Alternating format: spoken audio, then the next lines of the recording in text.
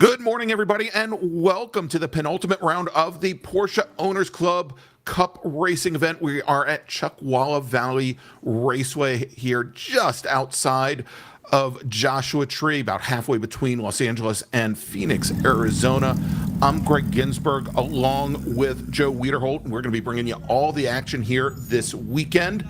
Good morning, Joe. How are you doing today? Hey, I am doing great. We have a beautiful day out here in the desert. It's going to be a little bit warm this afternoon, but right now it's sunny and beautiful. So we've got a great weekend lined up of Porsche Owner Club Porsche racing here for you this weekend. We're going to be starting things off in just a few moments with our first of two run groups and their qualifying sessions this morning. And then a little bit later today, we will bring you their race, and then we're going to do it all over again. Let's jump down to the grid here as we've got our racers about ready to head out on track. There you can go, already waving hello to us. There is we're checking our Boxsters here right at the front of the grid. Some of our, I think, GT7 racers out, probably not GT7, the Boxster Spec racers for 1997 to 99 Porsche Boxers. They're going to be heading out on track now in just a few moments. So these are some of those very early Porsche Boxsters. Also, some racers, as we see now, the Porsche 944s heading out on track as part of the GT7 class. And we're going to see a number of other racers here as well in GT5 and GT6 as they're taking to the track. And Joe, these are, I believe, 15-minute qualifying sessions here this morning. And I think primarily to ensure that our racers get a good chance at setting some nice flying laps. We're going to send about half the group out first for 15 minutes, and then we'll send the second half of this orange group out. How do they determine which racers go out in one group versus the other? So all the racers have had an opportunity to practice this morning, and so on a Saturday morning like this, we'll go out and we'll base the split on the times in the practice sessions that they set. So they've had one opportunity to already practice this morning, and so we've taken the field and roughly divided it in half. And this is generally the cars that were in the slower half of the practice times this morning. That's what you'll be seeing first. And then when we get to the second group, then you'll be seeing the cars that were in the top half of the times from that practice session. Got it. Excellent. So as we've got our drivers out on their out lap right now, and Chuckwalla, it is about 2.7 miles, 17 turns, much like another track on the Porsche Owner Club schedule, Buttonwillow Raceway Park. This is a course that can be run either clockwise or counterclockwise. We're running it in a counterclockwise layout here today as our racers are coming through what we're going to be calling turns 16 and 17 onto the front straight. Obviously, if we ran it in a clockwise manner, it would have been turns 1 and 2. But we're going to start seeing times come in. We've got already here in the Boxster Spec class and the BSR class, Bob Chang, Greg Scarcello, Alicia Ray, Jim McLaughlin putting in time, or actually, I guess they're starting their first flying laps. They're not putting in times yet, so we'll have that in. Now, Joe, before we went on air, and you'll have to excuse me because this is my first time calling a race from Chuckwalla. I know that this was designed, along the lines of, say, an Atlanta Motorsports Park or an Autobahn, that is meant to be a club, I guess a club track. Perhaps racing wasn't part of the, wasn't foremost in the design. And this looks to be a fairly tight track. It's got some, as we look there at turn 6, some great identifying features like that bowl at what we're calling today turn 5 with an 11-degree banking. But it's still pretty tight and somewhat difficult for racers to put to make passes while they're racing. So qualifying is going to really be top of mind here, correct? That's correct. I mean, more so than, I'll say, the remainder of the tracks that we drive on for the year, your qualifying position is really all important. You'll see some passing during the races today, but it will.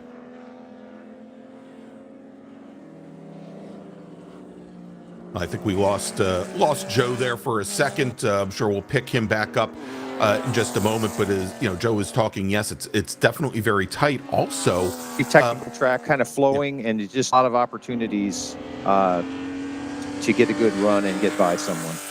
Yeah, and I also hear a lot of the straightaways are fairly.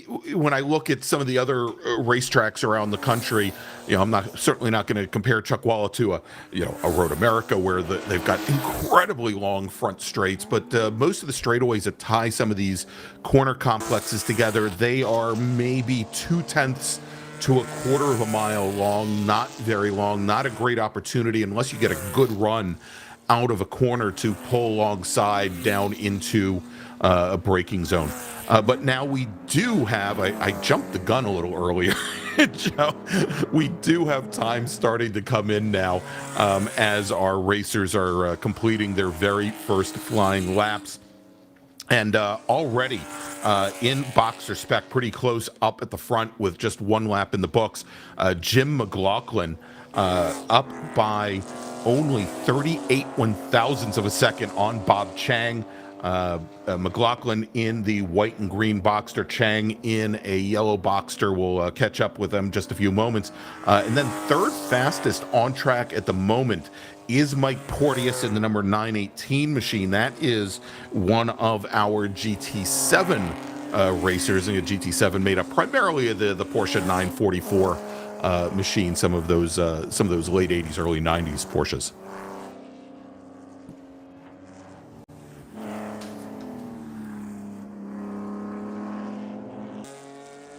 As we look a little bit deeper into the field, we also have we had 3 GT5 racers scheduled. That is, and a lot of the classing in the GT classes here in Porsche Owner Club is based on power to weight.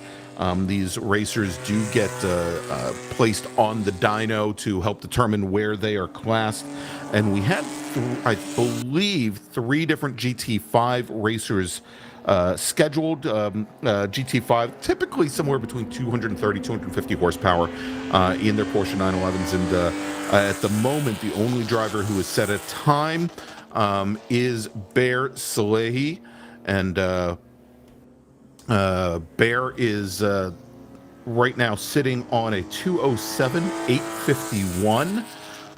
That is currently, if we take a look, currently third fastest of all of our racers out here, but I don't have any times in, and Bear just turned in his second flying lap, turned in a 205.47, so improved slightly over that first lap, but he is our only GT5 racer. We talked about Mike Porteous in his number 918, probably in GT7. Turns out, I believe he is, and there he is coming through turn 2. Maybe the outlier in GT7, as he is actually driving a Mazda Miata. He is not in a Porsche here this weekend. The red Miata turns into 205.633.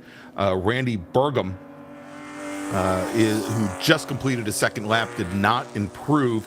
Randy running a bit off that pace at a 221 flat. And as we said in Boxster spec, it is Jim McLaughlin with Bob Chang 38/1000ths of a second back.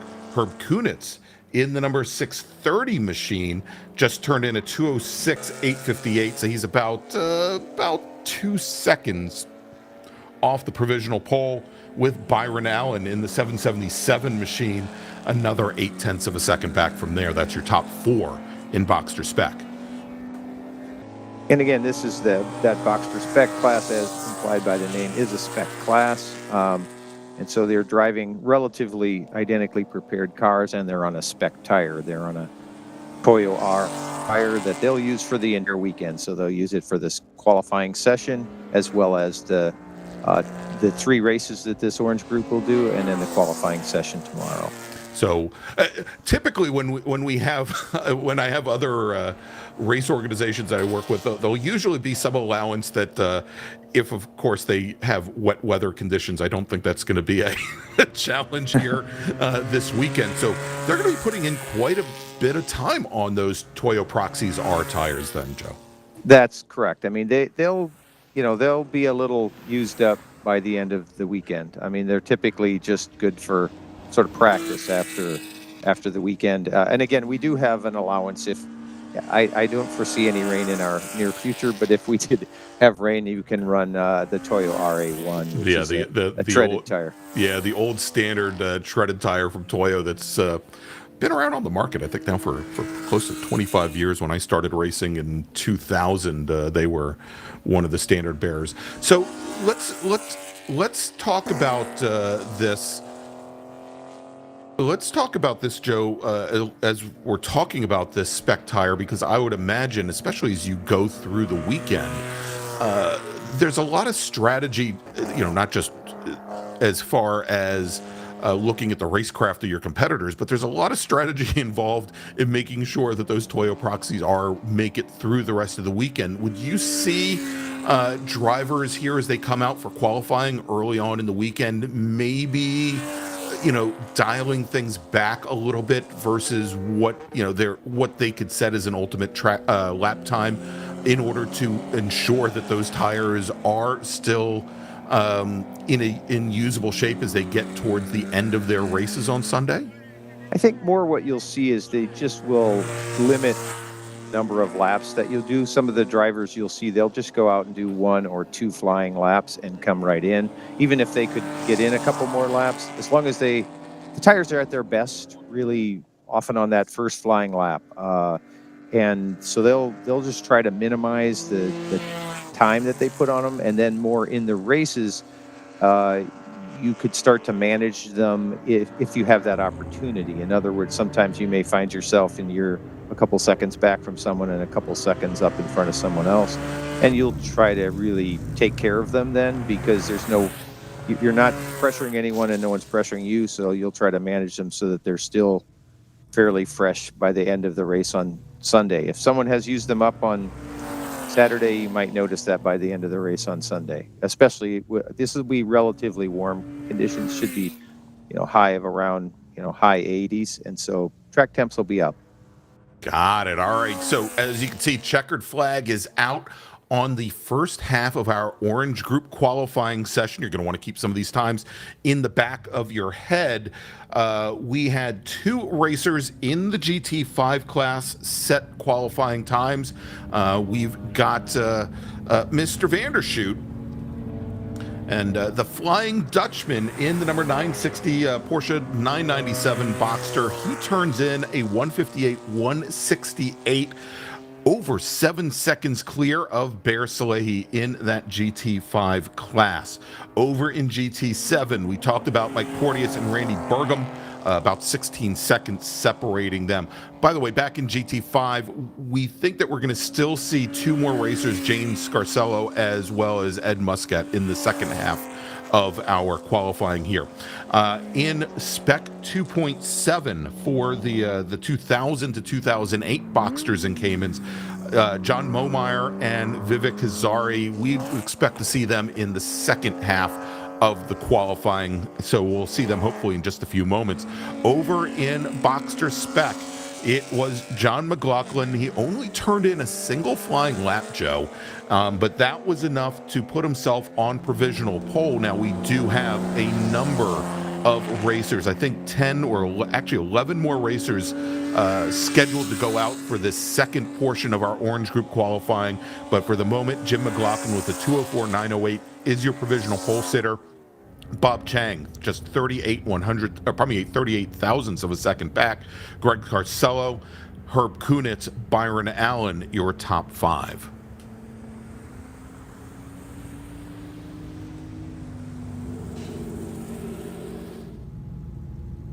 As we have our final racers completing their cool down laps, going to be heading back to the paddock.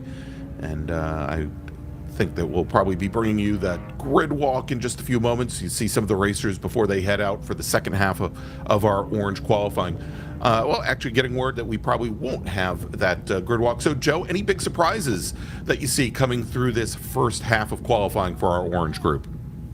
Well, I'd like to say that there were, but I'm not too surprised by this order. I would be surprised if that Carl Vandershoot's the Flying Dutchman, as you called him. I would be surprised if that didn't hold up. And we'll get into the second half, which are cars that set faster times in the first half, in the first practice session. I think you'll see Rob Walker will, even in the Boxster, will probably dip under 2 minutes, but I don't know if you'll see him do a 58.1. If you did, that would be a significant reduction in the track record. All right, as we see at least one vehicle, and this might have been one of the things that precipitated, I think, maybe an early checkered flag here for the first group, as we did have some emergency services teams bringing one of the vehicles back. But now our second group here, our second half of the orange group qualifying, heading out on track. We're on board right now with John Momeyer in his Cup car. That's the number 6 machine that is out on track, the Spec 991.2 Cup class. And we'll check in with him periodically as our racers here make their way around 2.68 mile Chuckwalla. Also, there we go, as we had a little bit more information there. We've got both front-facing and rear-facing cameras from John. That's going to be very helpful when we go racing a little bit later today. So, Joe, tell me this, as we have this shot of, again, what we're referring to here today is turn 5. If we ran in a clockwise manner, would be turn 13 here at Chuckwalla. It's got a 10 or 11 degree banking. Is there anything, and by the way, Joe just corrected me, John Momeyer in Spec 2.7. Sorry about that. Joe, is there any special way that you go and enter that corner? I know from a lot of other racetracks that have a similar type complex, there's all, depending on the car, you may enter, turn in a little bit late, try to square off the exit to carry up more speed. But because that is just so wide, it looks as though, it's one of those that you just maybe enter high, try to apex down around the center, and then ride out of that groove. I would say that what you just described, that's a pretty typical line through it, is to enter high, apex it and get a good exit. It is a fairly flexible. I mean, you can see different lines through there. Having done that in practice, you'll go and evaluate like 3 or 4 ways through it, and oftentimes the lap time's about the same. So you may see some different lines through there, and it is a opportunity, potentially, that is a potential passing area where if you can get alongside, you can potentially get by. So then you'll see those other lines in play. But it is whereas a lot of the track is, a pretty classical in terms of formulaic about the line through the corner. The Bull, there are opportunities to try different things. You can stay low, particularly in the lower horsepower cars like this. You might be able to just hug the bottom and shorten it up and still run the same lap time. All right, and of course, Joe corrected me. I got ahead of myself. I was talking about some of our cars that were going to be out in the next run group. John Momeyer, of course, he is the current Porsche Owners Club president. Has been racing in Boxster Spec now for almost 10 years, I think, or had been racing in Boxster Spec, now moving up to the Spec 2.7 class for the 2.7 liter machines, a slightly larger displacement than what we see in the BSR and the Boxster Spec cars that are sharing the track. Yeah, they're a little bit bigger motor. We've recently instituted that class, as you can tell from the Boxster Specs. Again, these cars are getting a little long in the tooth, and so this Spec 2.7 class opens it up to somewhat newer chassis. They run at a similar speed to the Boxster spec. They have a little more power, a little more torque, but they also have a little higher minimum weight, and so it's very track dependent on whether or not they're going to be faster than the Boxster spec. Now, are the spec, and we have, I believe, besides John, I believe we've got Vivek Hazari running as well this weekend in spec 2.7. Are they also running on a spec tire, much like the Boxster spec class? Yes, they are. I mean, they're also running on a spec tire. So same thing, one tire for the weekend, which again keeps a level playing field. That way we don't have someone coming out and buying a new set of tires for every session and somebody else is trying to make do with one for the whole weekend. And the drivers in general like that makes it a bit more affordable. Yeah, and I've started to see this again coming from some other organizations that, especially for the spec classes themselves, it having a tire limiting rule in place helps. Again, it helps keeps the cost down, but it also, again, it really encourages drivers to think about their strategy over the course of an entire weekend and how they're going to attack things in order to make sure that they have rubber and that they can be competitive over the course of an entire weekend. All right, so we've got some of our laps coming in now from racers over in the GT5 class. We've got Ed Muscat, who turns in a 2:01.444, and so far, Joe, you're spot on. Carl Vandershoot, he's still got about 3.2 seconds on the rest of the GT5 field. We have not seen a time set by Jane Scarcello in the 861 Mazda Miata. We'll see if that car comes out a little bit later. Over in Boxster Spec, moving to the top of the leaderboard, and hopefully we'll have an in-car video from him a little bit later this weekend. Rob Walker in the white Boxster, a 158.110. That is almost 1.8 seconds up on the rest of the field, and Rob looking to spread his wings across many organizations. I know he runs quite a bit in IMSA, in GT4 class, in a Toyota Supra, and of course I've seen him in some other Porsche organizations as well as racing in WRL. So we'll continue to watch Rob there. Murray Wonderly in the 614 Boxster. Again, about a 1 3/4 seconds back from Walker. Chad Carnevale now in the gray Boxster, a 2:01.503. He just improves as he completes his third flying lap. Currently sitting 1.6 seconds behind Wonderly. Yeah, and that will be a new track record in this direction for Rob Walker in the Boxster spec.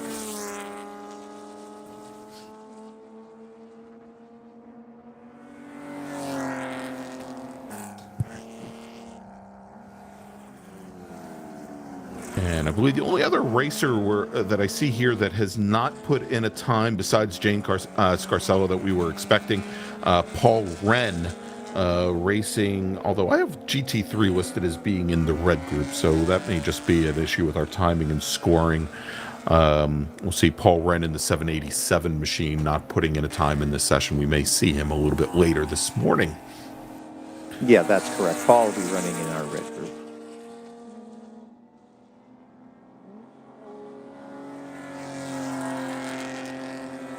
All right, so we've got just a couple minutes remaining, and most of our racers now that have gone out for this second half of qualifying with 3 to 4 flying laps in the books.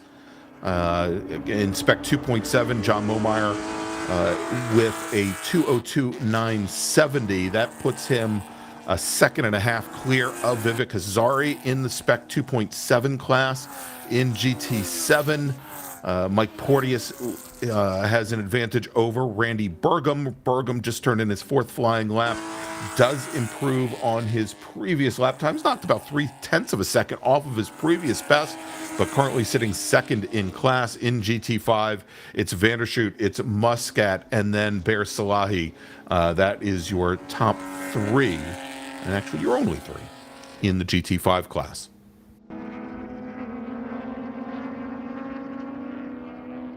And so here's a look at that bowl over at turn number 5.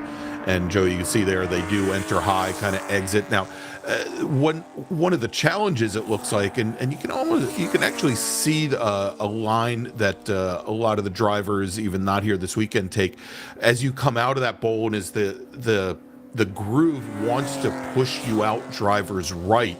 You do still have to work that car all the way back over to the left-hand side of the track to set up for this almost 90-degree right-hander that leads you into the turn 6 and 7 little chicane here. Now, that 6-7 little switchback there, is it anything like... because it's a little hard to tell from our camera angles, is it anything like the very end of the lap where the last little chicane, turn 16 and 17, you can almost straight line through? It is more of a chicane than those. The little turns at the end of the front straight are almost like little pinch points, and you can try to straight line those as much as you can with using as much curb as you dare. If you use a little too much, it won't probably end well. But whereas 6-7, that's more of a classical chicane. I mean, you really do have to, you can't just straight line that. Got it. And we've got one car a little bit off the pace here and trying to determine if he was just letting some faster traffic through in, again, a very tight section of the course. And it may have just been, given that was that turn 1, coming off of the front straight, going out of turn 1 into the little, hasten to call it a hairpin, but here over at turn 2, because it is a pretty wide corner, looking as though he was maybe going on a cooldown lap. Again, as you said, that in Boxster spec, and actually there is that same car still working its way through the outside. I'll try and get the number on it here in just a second, Joe, unless you have an idea who that is. I think it might be Nigel Maidment, number 705 car possibly, that is that off the pace, and it may just be doing a cooldown lap to bring that car back into the paddock. I think that's what that is Nigel Maidman in that red 705. I think he is just, I think he's complete with his qualifying. He's just bringing it in, just trying to get out of the way of people that are still trying to push it. Yeah, we can see there is he's got the car pinned to driver's left offline so that the other racers, as they go down into that heavy braking left-hand turn there over at turn 10, able to get the thing woed down. And you'll have to excuse me. I keep referring to my map, Joe, because I'm so used to the turn numbers when you're running in a clockwise configuration. I have to keep referring back to my map to do the translation. I understand. I'm in the same boat. So. I'm bad enough with simple math in my head, but counting from 17 back is even more difficult for some reason. All right, checkered flag out on our last half of qualifying here for the orange group. Flying laps here will count, so we'll let some of our final racers come through the final corners onto the front straight and set their lap times. We'll run down the order here in just a moment, but it is looking like Rob Walker in Boxster spec is going to hold on to that pole position for when our racers take to the track for their first race of the weekend. And the group scheduled to be on track. And as a matter of fact, we're going to take a little break after qualifying here. But our orange group, the racers that we just saw out for qualifying, they're going to be heading on track for their first race. There it is.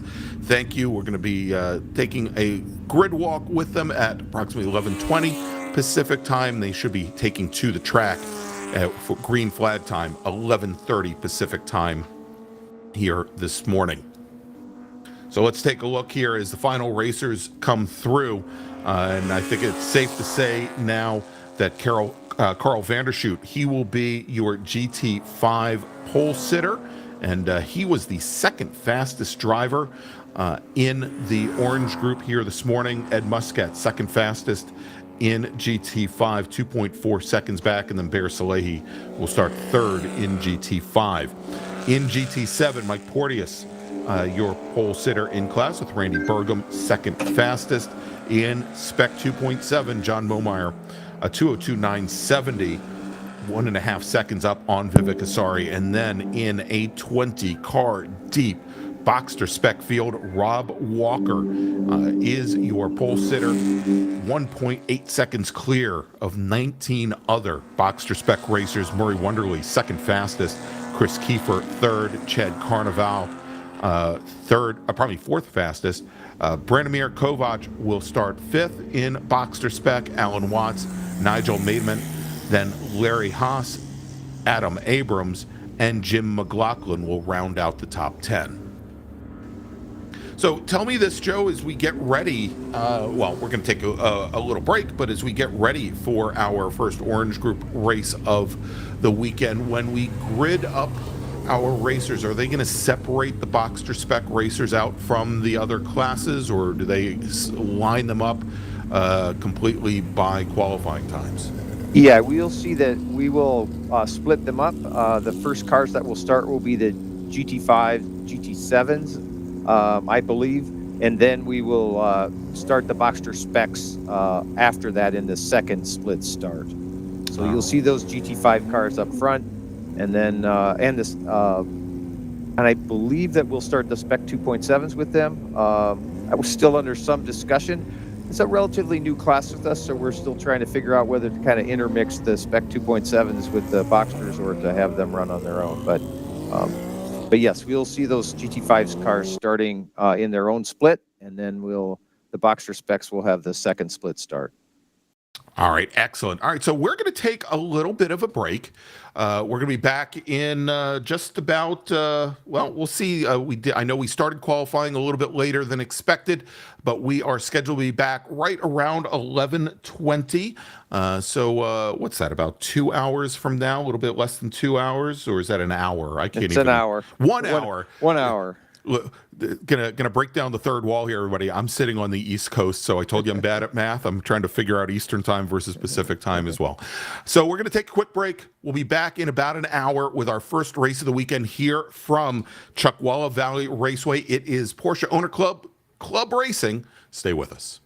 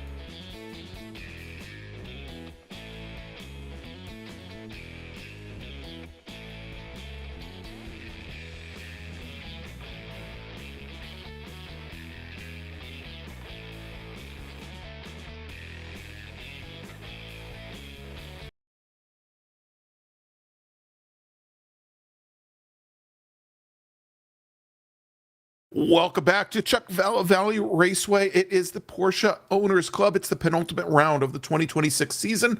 I'm Greg Ginsburg along with Joe Wiederholt, and heading out on track now for their pace lap is our orange group. So why don't we run down the starting order?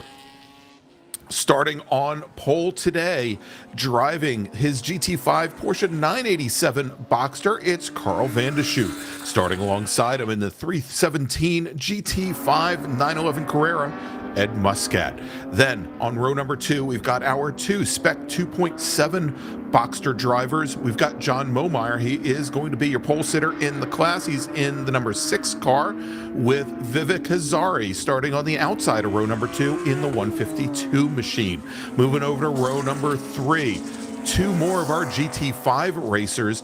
Starting 5th, we've got Bear Salahi. He's in the number 47 Porsche Carrera, and Bear's going to be starting alongside Jane Scarcello. She is driving the number 861 Mazda Miata. I don't think we saw Jane out for qualifying. We'll see if she makes the grid. Starting on the inside of row number 4, your pole sitter in Boxster Spec, it's Rob Walker in the number 253 machine, and starting second, it's going to be in the number 614 car, Murray Wonderly. All these remaining drivers, by the way, until we get to the last row, all in Boxster Spec. Starting third in Boxster Spec, 9th overall, Chris Kiefer, starting alongside Chad Carnivalla. Then we've got Branimir Kovac starting alongside Alan Watts. They start 11th and 12th overall. Nigel Maidment will start in 13th in the number 705 Boxster alongside Larry Haas. Then we've got Adam Abrams alongside Jim McLaughlin. Next, starting in 17th position, it's going to be Bob Chang. Bob's driving the 727 Boxster alongside Karen Robinson in the 346. Andrew Wayman, he's got the number 1 on the door, but he starts 19th today inside of row number 10 with Greg Carcello. And looks like that may still be our HPDE group, given the speed that they're coming out of the final corner. But at least we're getting this underway soon enough. Greg Scarcello scheduled to start 20th today in the 486 car. I don't know if I'm going to run all these down again for you here in a few minutes. Herb Kunitz scheduled to start 21st today, driving the 630 Boxster Spec alongside Byron Allen in the 777. Alicia Ray starting 23rd with Mark Seller starting 24th.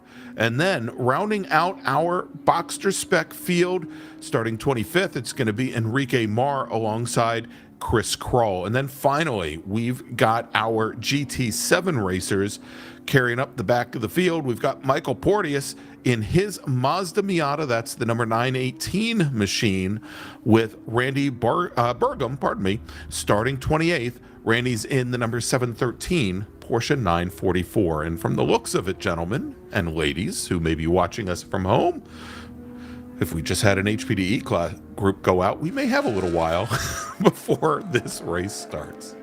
And we are getting word right now that we are running about 10 minutes behind.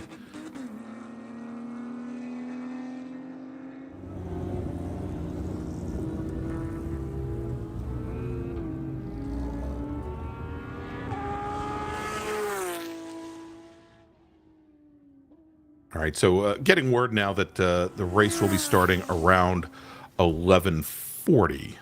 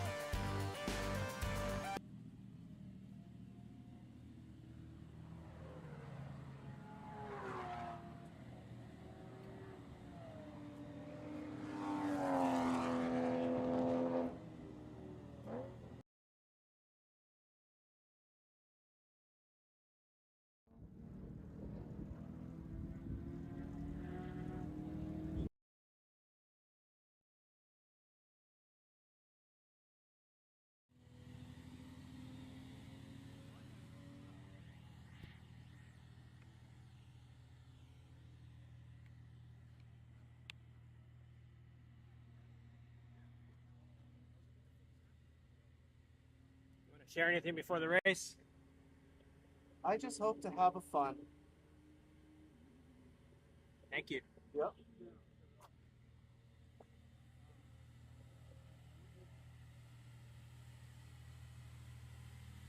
Any words before the race? Nope. This is it.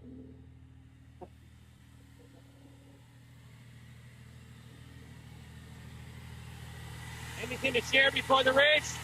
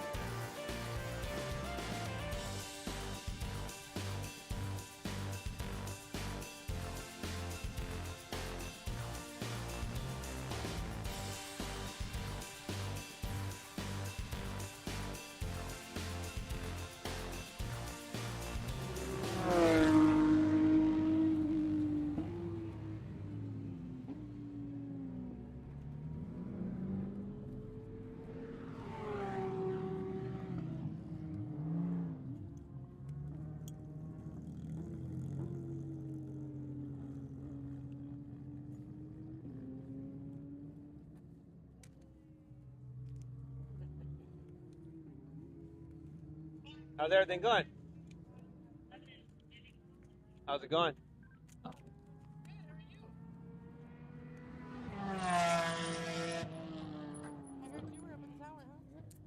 Oh, who was that? Up in 3? I wasn't up there. There's another photographer from WRT. Yesterday. I guess today he's doing it again. Maybe it was him. Not that I know of.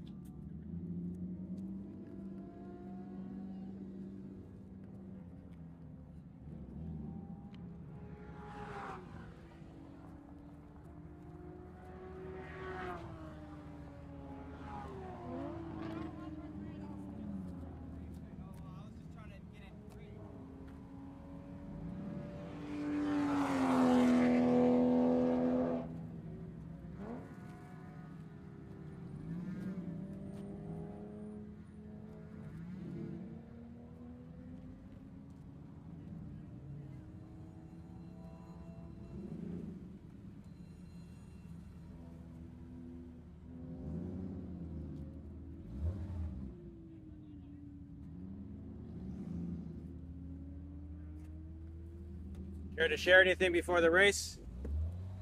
Yeah, just hope it's a good race. Hope everybody does well.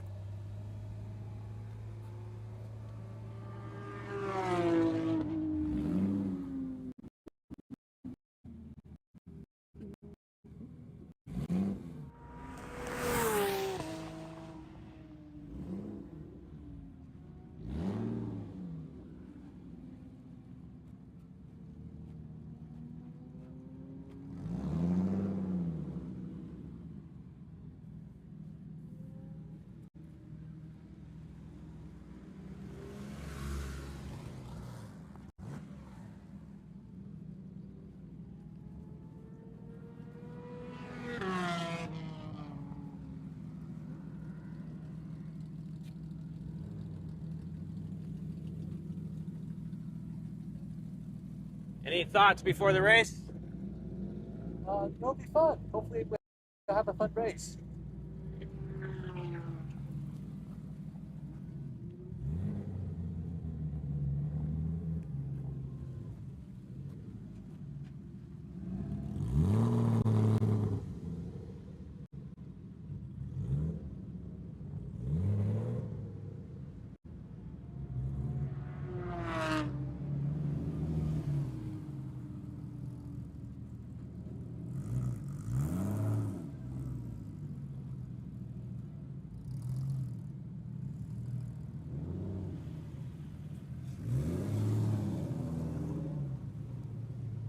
Any words before the race?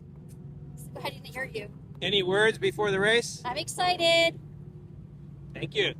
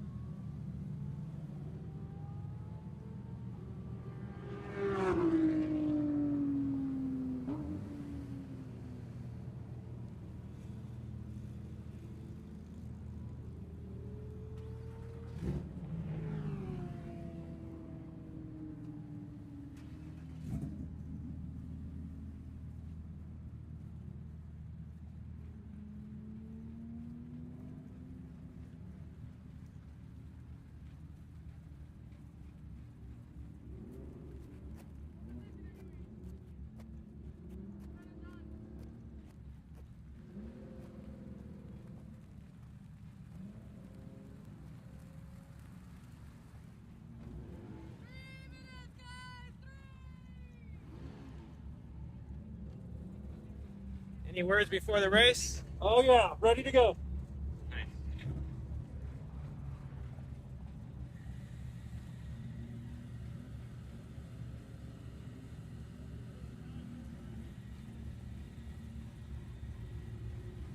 Let's try this once again, everybody. Welcome back to Chuckwalla Valley Raceway and the penultimate round here of the Porsche Owners Club racing schedule for 2026. I am Greg Ginsburg along with Joe Wiederholt, and we are getting ready to go racing here at Chuckwalla, just about midway between Los Angeles and Phoenix, and right outside of Joshua Tree. And as you see, our drivers getting ready, heading on up to the grid.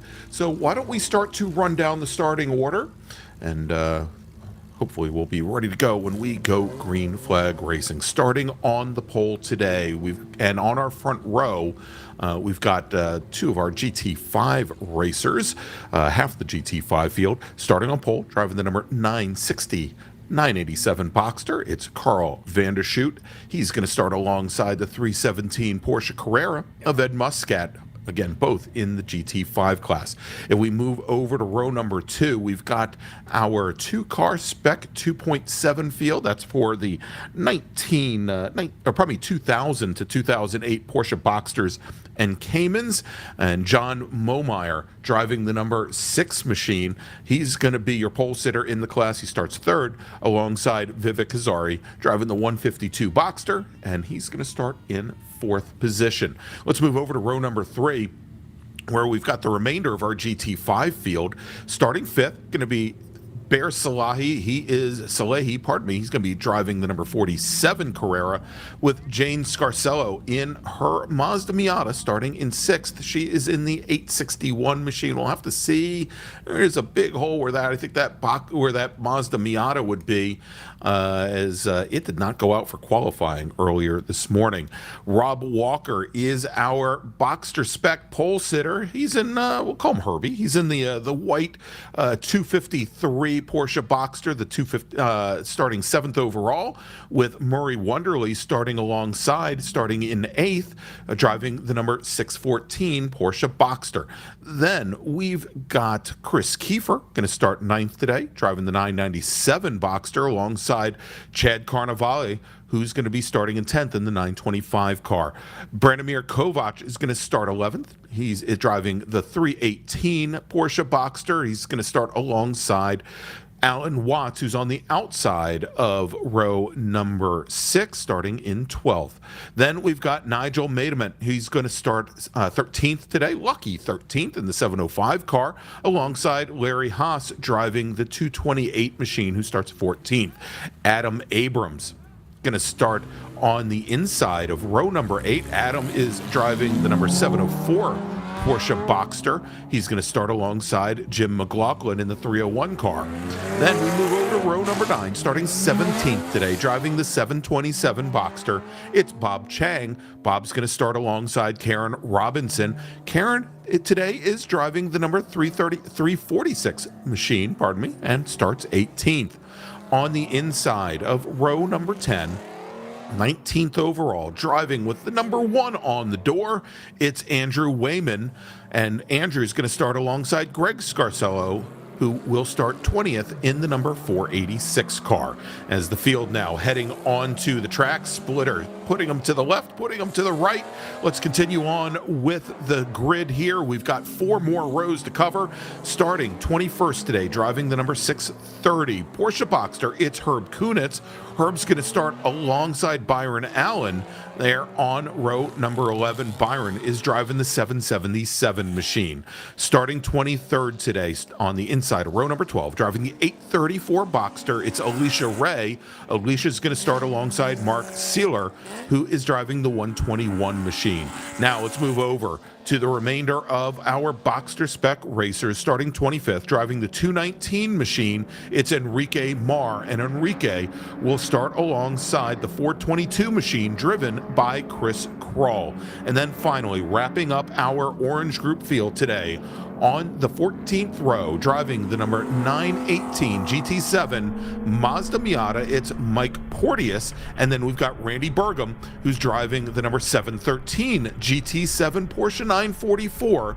And that, ladies and gentlemen, your 28 car field for our first race of the weekend here from Chuckwalla. As we go on board now with John Monmeyer, who is our pole sitter in the Spec 2.7 class here, and it looks like we may have him, from the looks of it here, possibly starting on the outside of row number 1, as it looks like we may have had one of our GT5 racers not make the grid. We'll check that as they come to the line. Joe, what are you looking for here today in our first race of the weekend? We'll start it off with the we'll do a split start. So those GT5 cars and the Spec 2.7s will get a green flag, and then the Boxster Spec followed by the GT7s will get a second green flag. So you'll see 2 starts, not unusual for this type of multi-class racing. I think again we're going to see very important start. Again, very difficult to pass here at Chuckwalla. So getting a good start is the key to having a good race. So we'll see how they get off to a clean start hopefully today. All right, well, the starter looks over the field, and the green flag is in the air, and jumping to the inside, John Monmeyer, trying to get around the front row of racers he had pulled right alongside, looked like the 960 machine of Vandershoot, but Vandershoot with a lot more power there in that GT5 machine, able to retake the position, has inside position now as they come into turn number 3 as our second field now. The Boxster Spec racers led by Rob Walker start to make their way over out of the final corners, and we'll be taking the green here momentarily. As Walker now brings them through the final corner. I think I said that also that in that GT5 field, though we might have been missing a car, I actually mistook the rear wing on Ed Muscat's car for the pace car's light bar. Not so much. Starter looks over the Boxster field, and we are racing. Our BSR racers, Boxster Spec and GT7 racers take the field. Randy Burgum not getting a great start there in that black and yellow GT7 713 Porsche 944, but Rob Walker leads the field now through the early corners, and he's got Murray Wonderly, Chris Kiefer very close behind, and that Boxster field here early on, all jockeying for position, trying to find their way here through the field, as they're now going to come over to the bowl at turn number 5, and Walker's already opened up about a 4-car length lead over the red Boxster, and that red Boxster being driven by, I think, no, I'm sorry, that's not Bear Soleil, that is Nigel Maidment in the 705 machine, as he's now moved up in the second position, having gotten around a couple of drivers here early on, as he had started a couple rows back.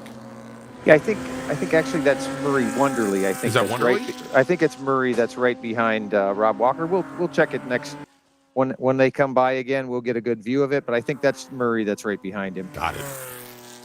All right, as we now have our first racers, our GT5 racers and our Spec 2.7 racers coming across the line. Vandershoot with the lead over Ed Muscat. He's opened up about a little over a second, with Monmeyer leading the 2.7 field in that multicolored number 6 machine, as we jump back over to the Boxster Spec racers now.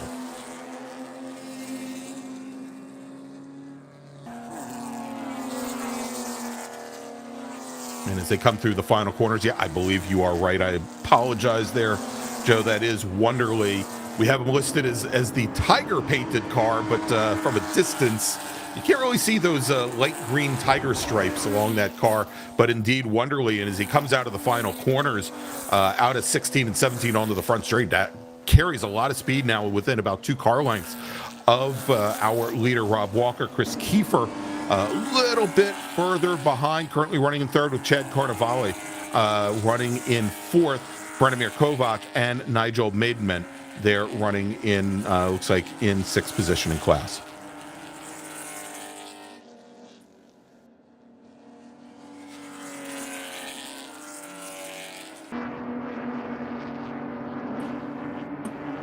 As the rest of the field starts to filter through, and a little bit further back in the field, great battle going on right now. Alan Watts in the red and white number 225 machine. He's got the gray 704 of Adam Abrams. That's the battle for 8th, as I think we just saw them come through here a few moments ago. And then right behind there, a little bit more of a gap, but we've got Larry Haas, Karen Robinson, and Herb Kunitz. Haas in the white and gold, Robinson very easy to pick out in that purple and white Boxster, and then Herb Kunitz in the blue Boxster right back behind. We'll check in with them a little bit later, but the field now, Joe, starting there. There they are. There's the purple and white of Karen Robinson with Kunitz right behind. Looks like they've now started to fall off the back of Larry Haas and Adam Abrams ahead. I was just going to say that we have a little bit of a timing issue showing Jim McLaughlin in the lead in the Boxster race, but that may not get cleaned up immediately, but if nothing else, we'll handle that timing issue post-race. Rob is leading the race. Yeah, indeed. Matter of fact, when the first group, when our GT5 racers and Spec 27 racers came across the line, he was included in that as well. So we'll definitely see that is hopefully cleaned up. Of course, Jim having started right about mid-pack in the Spec Boxster field, started 16th in the field overall. As we go on board with John Monmeyer, and John running second overall. He's got the 960 machine of, I believe, it's the 317 machine of Muscat, who's gotten around Monmeyer. Muscat, as they completed the second lap, was running just behind the Boxster here, managed to make the pass early on in the lap. All the while, you can see Vandershoot very much off in the distance, had opened up almost 15 seconds on that first lap.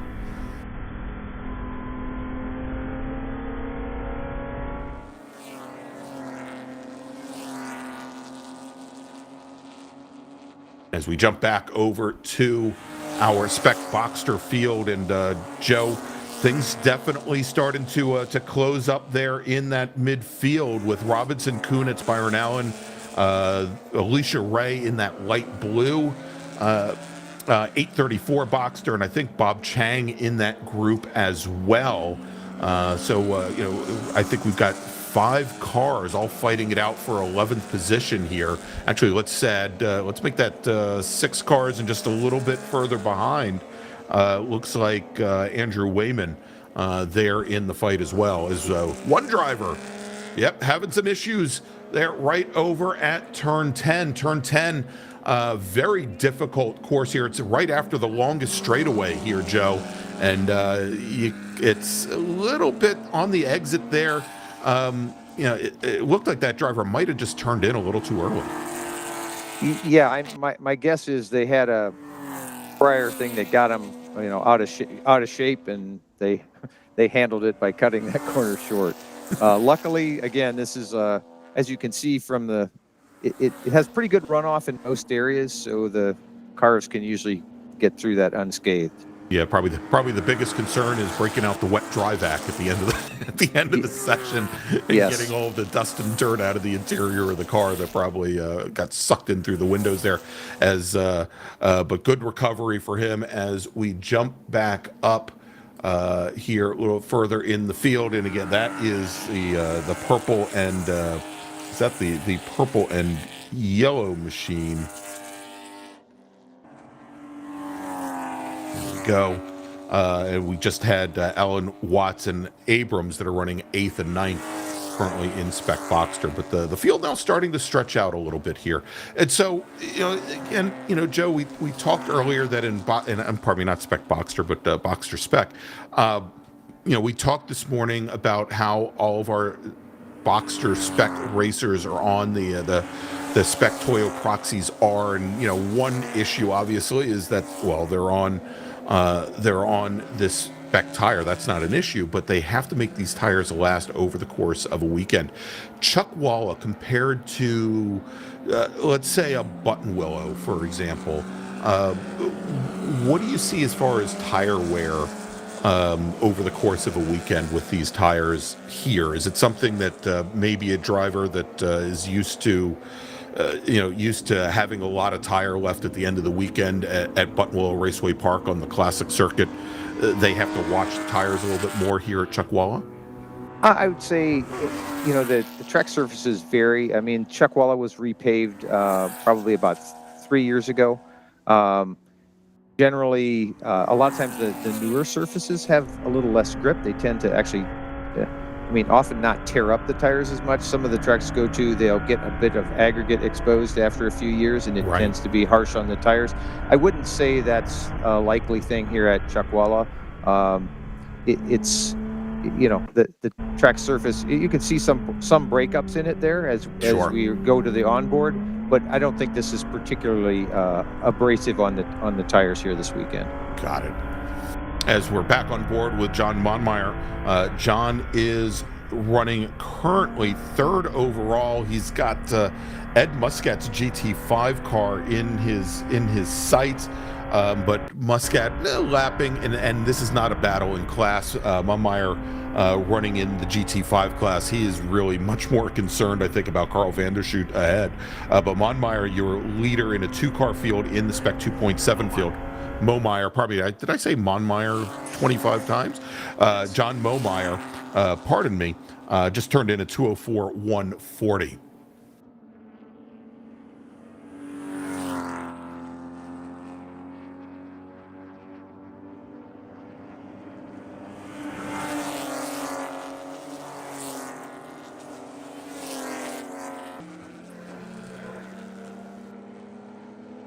And this race here is scheduled for 12 laps, currently working lap number 6. Let's go and quickly break things down for you. In Boxster Spec, it is Rob Walker with Murray Wonderly. Walker now with about a 3-second, almost 4-second advantage on the field as he's coming out of the final corner with Murray Wonderly in the Tiger livery, the red Porsche Boxster behind. And as they come across the line, Walker now opens up another 2 seconds on Wonderly. Chris Kiefer running in third, about 6 seconds back. Now let's take a look. Nice little battle going on. This is for the third position, last podium position in Boxster Spec. Chris Kiefer in the white 997 machine, Carnivale in the gray 925.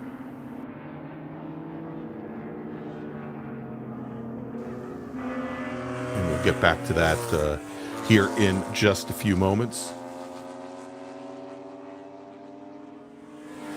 There we go. Here they come. And now taking a quick look underneath, Carnivale trying to sneak underneath the 997 of Kiefer, cannot get it done as they come into the bowl over at turn number 5. Again, big 10-degree camber change. Now, Joe, here, obviously there's so many corners here that have at least a little bit of camber when you get down to the apex. You can see it right here over at turn 10 as well, coming out of the that left-hander going into coming out of the longer straightaway. And I'm wondering, it looked from judging the onboard of Momeyer that there are also some corners here that are off camber as well. Yeah, or at least they're flat. I mean, and sometimes if the corners, you get so used to the corner having some camber that even if they're just flat, it'll often kind of appear off camber. Sure. I would have to. I mean, some of these, I'm looking at the track map again. Some of them have as little as 1 degree of camber, and so basically they're a flat corner, and that can often appear. You just get used to having 3 or 4 degrees, and when they don't, they look off. And of course, most of these race cars, at least in Boxster Spec, you're not dealing with a lot of aero-related downforce. If you look at the front nose cap on these cars, you don't have large splitters. You don't have the a big wing in the rear. I guess you do have the little baby pop-up rear spoiler that came from the factory. Is that correct, Joe? Yes, I mean, I would characterize that as reducing lift rather than giving you any downforce. Yeah, exactly. I mean, the cars it won't really be evidence probably on this track. If you get on a more high-speed track, they can get a little floaty in the higher speed corners. But here today, that's probably not going to. There aren't any real high-speed corners here today, so it's not going to be very evident today. Yeah, I mean, even the sweepers are kind of medium speed sweepers. So you're obviously then, most of what you're worried about is mechanical grip and doing a lot as far as, getting camber as far as what you need for, again, you know, for corners that are fairly flat here, as we watch John Momeyer once again, currently running third overall. Tell me, in Boxster spec, are they multi-way adjustable shocks that the drivers can use, or are they pretty much just like a single combined adjustment for rebound and compression, or they have a lot of ability to change one driver to change the setup over what somebody else has? Yeah, and again, they are a spec shock, but they do have, they are adjustable, but it's a single adjustment that's for both a bump and rebound. Okay. And so you're often can be kind of a compromise to try to find a setup that works well for both. And again, even though they are spec cars, again, the drivers can also change, camber settings as well as the shock adjustability. So they do have some freedom, can certainly make a difference around the circuit. Yeah, but certainly when you have a class made up of privateers, I show up for the track, for a race, and if I have 2 or 3 way adjustable shocks, it's a lot easier to get behind the car and cause yourself more harm than good in a setup. So probably, as you said, it still takes a lot of experimentation to see what works. But I'm sure a lot of these drivers, knowing probably the biggest changes that they had to make to race at Chuckwalla was right after the track was repaved a couple of years ago. Here, but that's good as we continue to watch here. 7 laps in the books. Now with, again, a 12-lap race. So just 4 laps remaining. Carl Vandershoot, he is your overall leader. He leads Ed Muscat in GT5. That is your top 2. John Momeyer, your spec 2.7 leader, as we've been checking in with his onboard video periodically. Rob Walker, your leader in Boxster spec, with Murray Wonderly running second in that class. Jim McLaughlin. Is it Jim McLaughlin, or actually I think it's Chris Kiefer running in third. Again, we've had some timing and scoring issues there in Boxster spec. Yeah, that won't get resolved until after the race. Right. We'll clean that up at that time. But yes, Chris Kiefer is in third place in the Boxster spec group.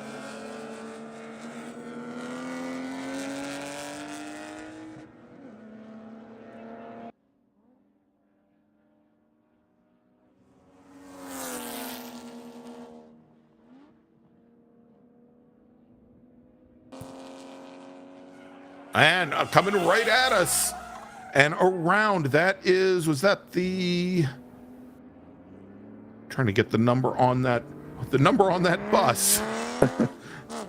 Yeah, if I had it, I would certainly tell you. I was going to say, I thought I might have been, I'm fairly certain that was Greg Carcello in the 486. I thought I saw 186 when it came around, but I believe that's the 486 machine. It's Carcello running 15th at the time. Unfortunately, we don't see, as he went sliding past our camera, can't see how and when he recovered.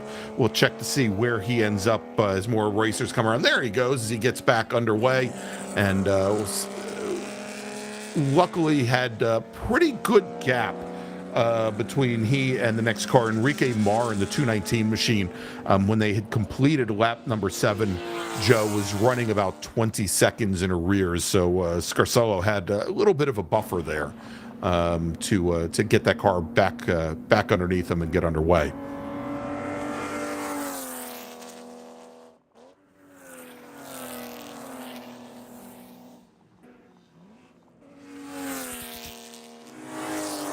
And appears as though that racer may have just brought the car down the pit lane. Yeah, that was Larry Haas. Larry Haas in the white and gold Boxster. Got it. Yes. Miller High Life Champagne and Beers car.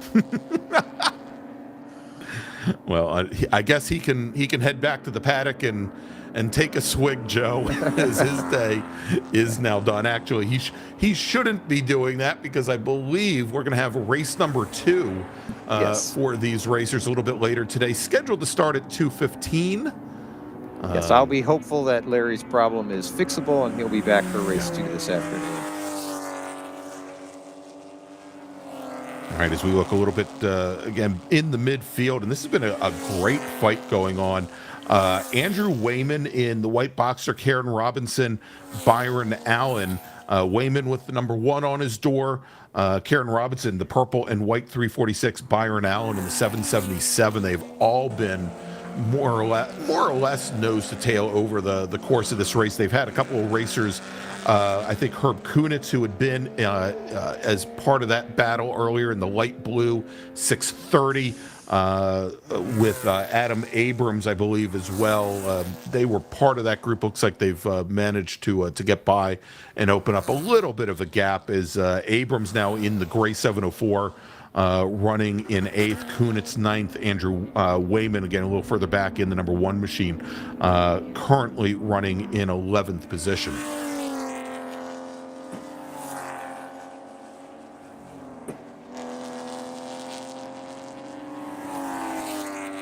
I love the little compression that we have at that corner coming out of coming out of turn 5 there, probably turn 6, with just that little bit of a drop.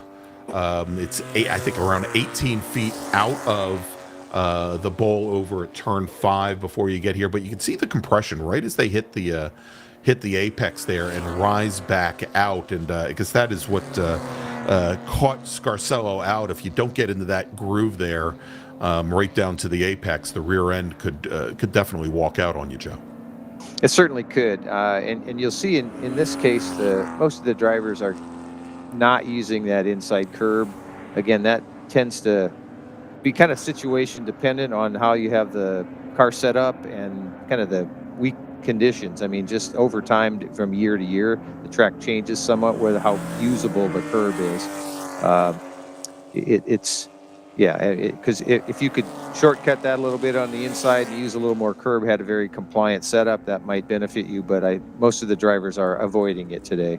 Yeah, it looked like of that group, about 6 cars, maybe 1 came over, and you could see where the right rear tire got to that curbing just past the cone at the apex, and it lifted up the inside rear of that car a pretty good amount. As we go back with John Momeyer now, as he continues to lead the GT5 probably not GT5. Let me try that again. I'm having a lot of trouble with John today. The Spec 2.7 class, and Spec 2.7 as opposed to the Boxster Spec Racers is based on the later 2000 to 2008 machines with the 2.7 liter motors.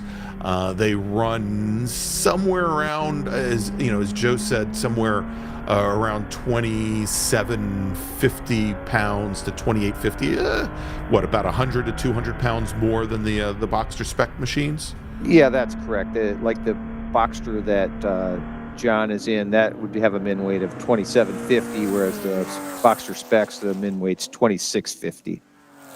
Got it there. And horsepower, as you said, again, slightly different there, probably around 15 to 30 horsepower more. And I think probably, especially for some of the slower corners that you have here at Chuckwalla, maybe the bump in torque from the extra displacement going to be a help. As you saw, white flag is in the air, working our final lap here for the first race this weekend for our orange group. And we'll pick up our leaders here in just a moment. Again, your overall leader, Carl Vandershoot, who's just jumped out to an early lead here from the very beginning. Should mention also, and we'll have to check the times. I know, Joe, you've referred to a couple of track records during qualifying that I believe the top, some of the top cars in the group were all under the track record. Rob Walker with your existing track record, but I think you said like top 2 or 3 drivers were all under the track record and during qualifying. Well, I know that Rob was. I mean, sometimes I wish my memory was better, but I think the prior track record for Boxster Spec in this direction was about 59.3, and he was down he did like a 58.1. So, I mean, it was a good whooping of the track record. Yeah, and he's down, not quite down to a 58.1, but a 58.63. So if that's the case, that would have him resetting the lap record as Karel Vandershoot comes out of the final corner across the line, taking the checkered flag. He's going to win GT5 here today. Then we've got coming across the line going to be Ed Muscat and John Momeyer. And from the looks of it, Rob Walker, who was lapping Joe a couple seconds faster than Muscat or Momeyer, may have made his way up into the top three. I'm actually showing him as having finished second overall and takes the win in Boxster Spec, with Murray Wonderly finishing second, Chris Kiefer, Chad Carnival finishing Kiefer finishing in third, Carnival finishing just off the podium in fourth, Branimir Kovac finishing fifth, with Nigel Maidament finishing in the sixth. I'm now showing Jim McLaughlin in seventh position. I'm not sure how accurate that is there. There's John Momeyer taking the checkered flag now to come across the line.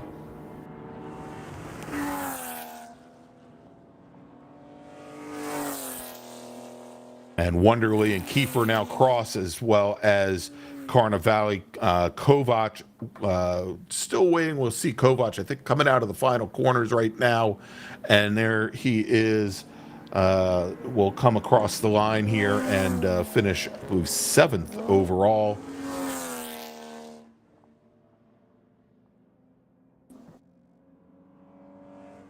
And Joe's going to be heading down to Impound to talk to some of our racers. So you've got me here as the rest of our racers come across. So let's take a look at that finishing order. We'll break it down here by class. Over in GT5, Carl Vandershoot taking the win over Ed Muscat. Margin of victory, 53 seconds. Bear Salehi will finish in third. James Scarcella will finish in fourth. Over in Spec 2.7, John Momeyer takes the win with Vivek Hazari finishing a lap down. In GT7, Mike Porteous will take the win in his Mazda Miata with Randy Burgum. Ran his fastest lap on the last lap, did Randy. He will finish second in class. And then let me go and see if I can pick up, as they've just reset our timing and scoring, I'll see if I can pick up the final results there in Boxster Spec.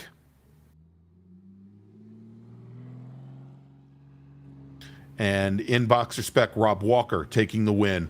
Murray Wonderly and Chris Kiefer, that's your top three. Chad Carnivale and Brandon Kovac finishing fourth and fifth. Nigel Maidament finishing in sixth. And then we've got Jim McLaughlin, Alan Watts, Adam Abrams rounding out your top 10. All right, so that is going to wrap things up for our orange race. We're going to be heading down to the podium here in just a few moments, where we will be joining Joe Wiederholt for the celebration.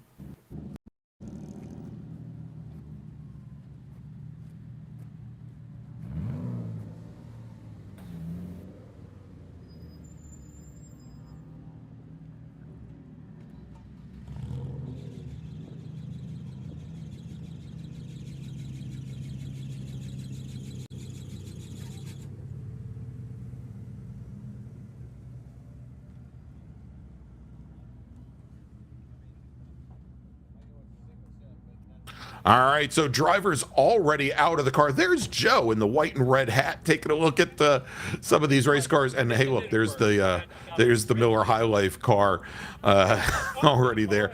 The driver just wanted to head to Impound early, I guess. But this is the wonder of club racing. Drivers get out, and the only thing better than a fishing story is a good racing story. Is drivers are going to share their experiences from this early race, and we're going to have the podium ceremony here in just a few moments for you as our racers decompress a little bit, but a great run for them.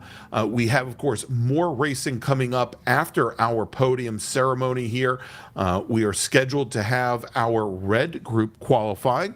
The red group made up of our 991.2 GT3 Cup cars, as well as some of our other GT classes. That was scheduled to start at 12:45, about a half hour from now. I think we may be running a little bit behind, so we'll definitely update that as we get closer. And then we've got more racing action a little bit later today. As we mentioned, our orange group race, the drivers that you just saw out on track, they're going to be back at 2:15, scheduled for 2:15 p.m. Pacific time for their second race of the weekend. And our Cup drivers, the red group, they'll be out approximately 3:05 Post-race recap. p.m. Pacific time this afternoon for their first race of the weekend. Walker Racing 10 sweep, yeah. For first 4 spots. Awesome sauce. Nice day out there. A little slick. A little hot. Yeah, a little hot. Nice, thank you. It was fun. Post-race recap. Great race. Clean race. Had a ton of fun. Fabulous. Not much to recap.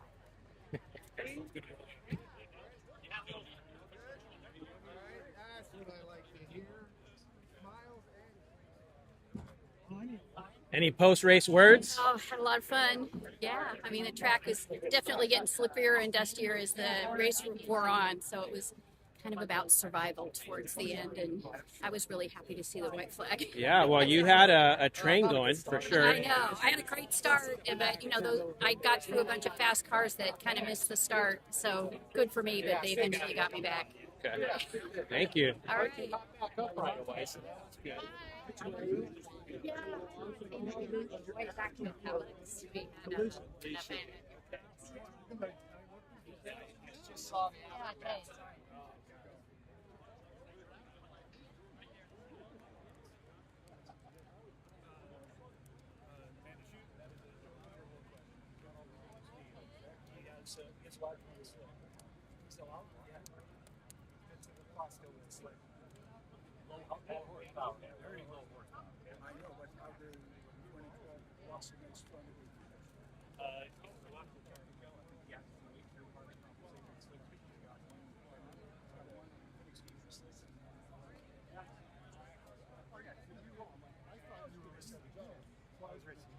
You were racing him, yeah, because you two were behind me, and I'm like, Any post-race words? Wonderful race. God bless America. It's fantastic. Holy smokes. Great time to be alive. Great day. Knowing what I would never let him by. Because he slowed me down then. Yeah. What's up, America? Main root beer. Chug a love. Any post-race words? That was on a scale of 1 to 10, a 20. Nice. Take it. Really? Well, there's a second right there already. Yeah, so I had to pass Karen and Bob and Alicia and fun. Any post-race words? Started in the back of the pack because of a mechanical issue. Didn't get to the grid on time, and then just had to pass a bunch of people. So it was a lot of fun. Okay. Oh, were you? I was like, what? I know. I was like, what the fuck? I did seem kind of slow, and then I downshifted into the. Oh, you're like, oh, wrong gear. Wrong gear. Good start. My ignition failed. My emergency cut off. What are your thoughts on the race? Great race. It's always great to see everyone here and some of the new people who moved over from NASA as well. And yeah, it's a beautiful day at Chuckwalla. Thank you. You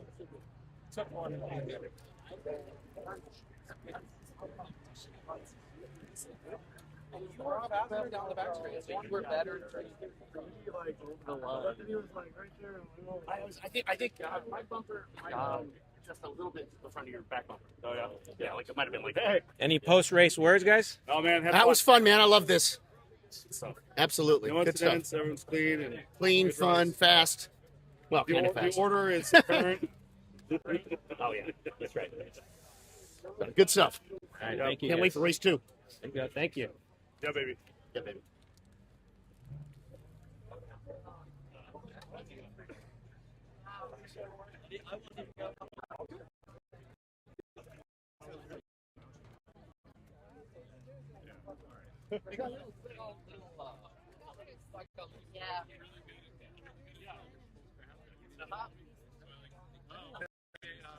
I picked up a place, but then I spun out. Good. So no misses. So that's it. The tires were pretty. You have a perforated one, like the race cars have. I did that, but somebody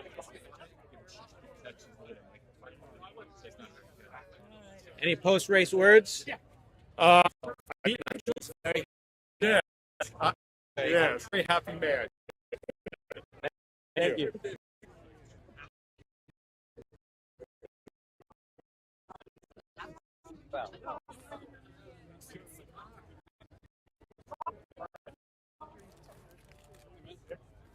Really? Yeah. If we could get a quick portrait before that, we have the podium just here behind the building.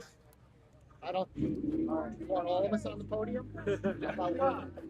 Top three to quick portrait. Got nothing for you. Right here behind the building, yep. Mr. Joe, could I ask you to take this inside? Yes, Is that okay? I will do that. Thank you, sir.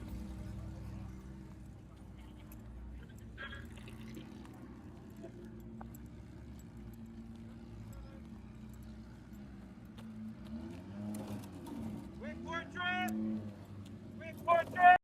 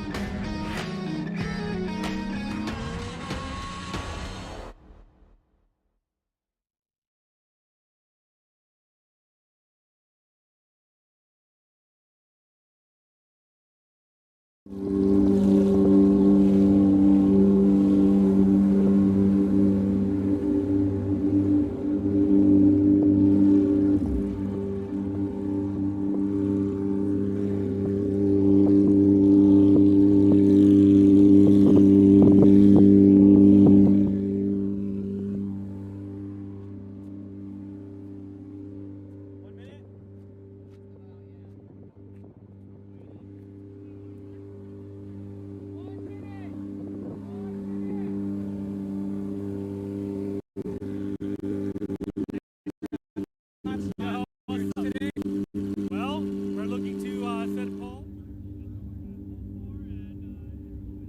Now, hopefully, we get a lap record. Thank you.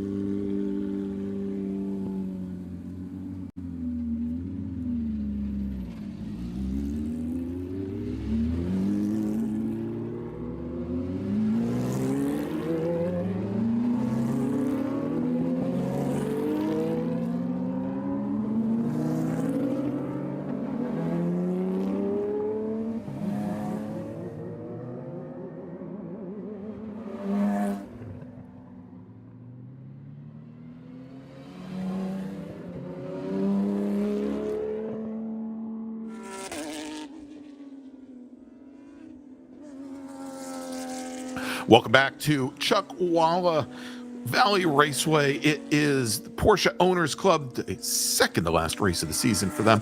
And we've got our next group out for qualifying. By the way, I'm Greg Ginsberg, got Joe Wiederholt along with me here this weekend. And this is, again, another qualifying session. It's going to be split qualifying for our second race group, our red group cars, primarily going to be comprised of drivers in the Spec 991.2 Cup car class. These are for GT3 Cup cars built to factory spec, and they are heading out. We are also going to see a couple of our different GT classes as well. But much like we had this morning, this is going to be a 15-minute qualifying session.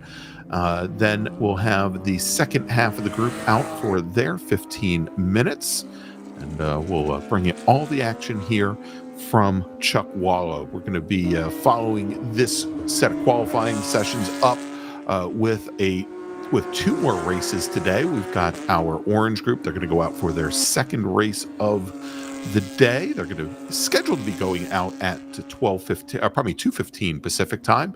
And then this group here, our red group, they will have some time after qualifying, go back, maybe make some changes to the cars, maybe fix up whatever may ail them, and they're going to be heading out at about 3:05 Pacific time.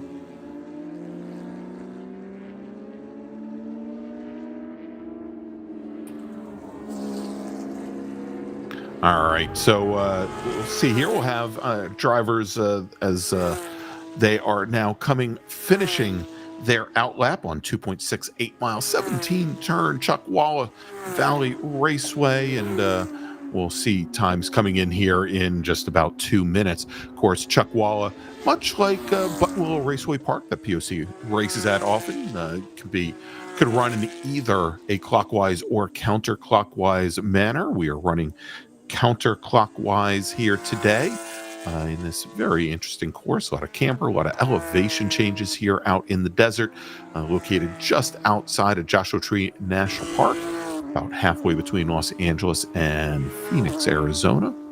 About 3 hours to the east for Phoenix, about 3 hours to the west for LA. And we'll have some times coming in here in just a moment. I think right now the majority of the racers that we have on the track are in that 991.2 spec class. We also have a few of our GT2 racers on track, as well as GT3, and probably GT3 as well as the GT2 class. GT2, you'll typically find the 991.1 Cup cars as well as the 997.2. Looks like the majority of them that we have right now are the 997.1s. We also have our GT2 class. We also have the GT3 class, which is primarily made up of, again, Cup cars turning out between 340 and 360 horsepower, weighing around 3,000 pounds or so. And we'll see here as we're now starting to have times come in from Spec 991.2. Fastest driver at the moment is Mike Monsalve, and he turns in a 145.162. Mike actually is 5 years running GT2 champion here in POC, moved over to the GT1 class in 2023, took championship there as well. He is your defending champion in Spec 991.2. So looking to repeat here for the second year in a row. He does lead the points at this point, so we'll see how things play out for him. Anna Prodescu in her Spec 991.2, the number 100 car, currently second fastest, but again, only a single flying lap in the books, about 1.6 seconds from Monsalve. Dwayne Selby, third fastest, 0.2 off of Prodescu's times. Eben Benade, currently fourth fastest, and there are currently 6 drivers out. Probably 7 drivers out as Alan Ritchie now crosses the line. 7 racers setting times in Spec 991.2. We will likely see more drivers in the second half of qualifying, scheduled to go out in just a few moments. But we're now about 5 minutes into the session, which is scheduled for 15. Over in GT2, Daryl Troster, currently your fastest driver in the class. And Daryl's been racing with Porsche Owners Club all the way since 1996. So what is that? Again, I have problems with simple math. That is, about 30 years now? And or 35 years, pardon me. And started racing with another Porsche organization back in 1995, driving a 944 Turbo. So we'll see how things work out for him. But as Roland Schmidt comes across the line, he takes over a provisional pole in the GT2 class from Troster. Difference there, about 0.7 of a second separating those two racers, and that one's going to be difficult for me to pick out during the during the race. They're both white with red stripes on their cars. One's the 31, one's the 41. So I'll need your help to help me pick those out as racers watch they're coming through turn 6. These 991.2 Cup cars carrying a lot more speed through there than the Boxster spec racers were, and definitely getting a little loose as they come through that little rise right at the apex. Over in the GT3 class, we've got Jim Salzer, currently your provisional pole sitter, and Salzer previously raced in the GT4 class, and he was the 2024 GT4 Series champion for the Porsche Owners Club. He is currently a member of the board of directors and the club treasurer, and he is also your provisional pole sitter with Bayan Salehi, currently sitting about 2.5 seconds in arrears.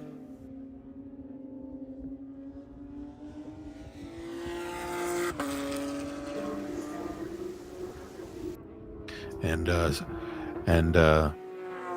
Salehi currently, as we said, running second in the class, driving the number 15, the yellow GT3 car. And he is, let's see here, he's given me a pretty good rundown. Learned to race in a 1973 RSR, a much different beast is he racing today. He's been racing now for 25 years. Has been racing, I think 15 of them in Porsche Owners Club. Got started racing go-karts for about 10 years. Moved over to POC when he was 16 years old. So he's been at it for quite some time. And currently second fastest. We'll see if he can close the gap down to Salzer, currently about 2.6 seconds back.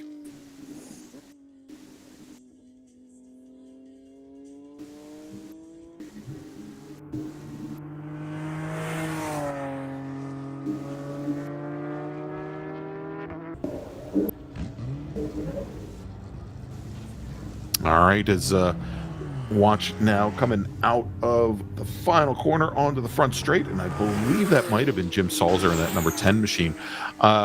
Looking through the field here in Spec 991.2 in the black and red Porsche. We'll try and track him down. Dwayne Selby, who after 2 flying laps, he's going to be, and I think Selby will probably see coming through the final corner here in just a few moments.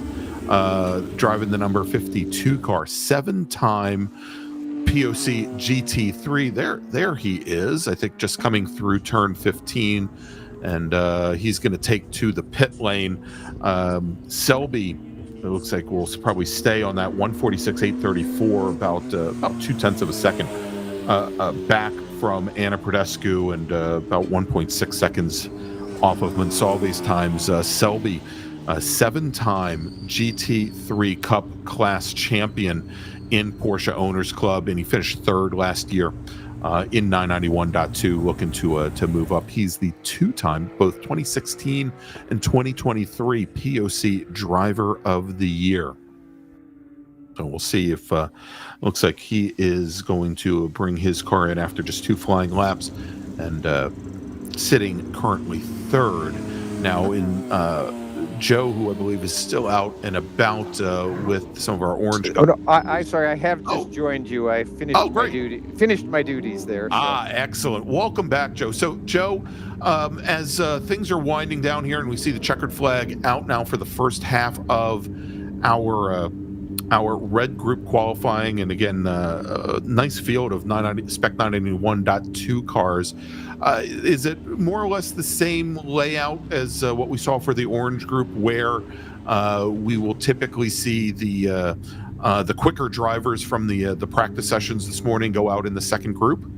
No, in fact, it's kind of almost the opposite for this red group. Whereas the orange group, we often sometimes we have very large fields, so we actually have an enforced. Here's how you'll grid for qualifying. For the red group, it is purely first come, first serve, and by convention, they typically have the faster cars, the Spec 991.2s, go out in the first half.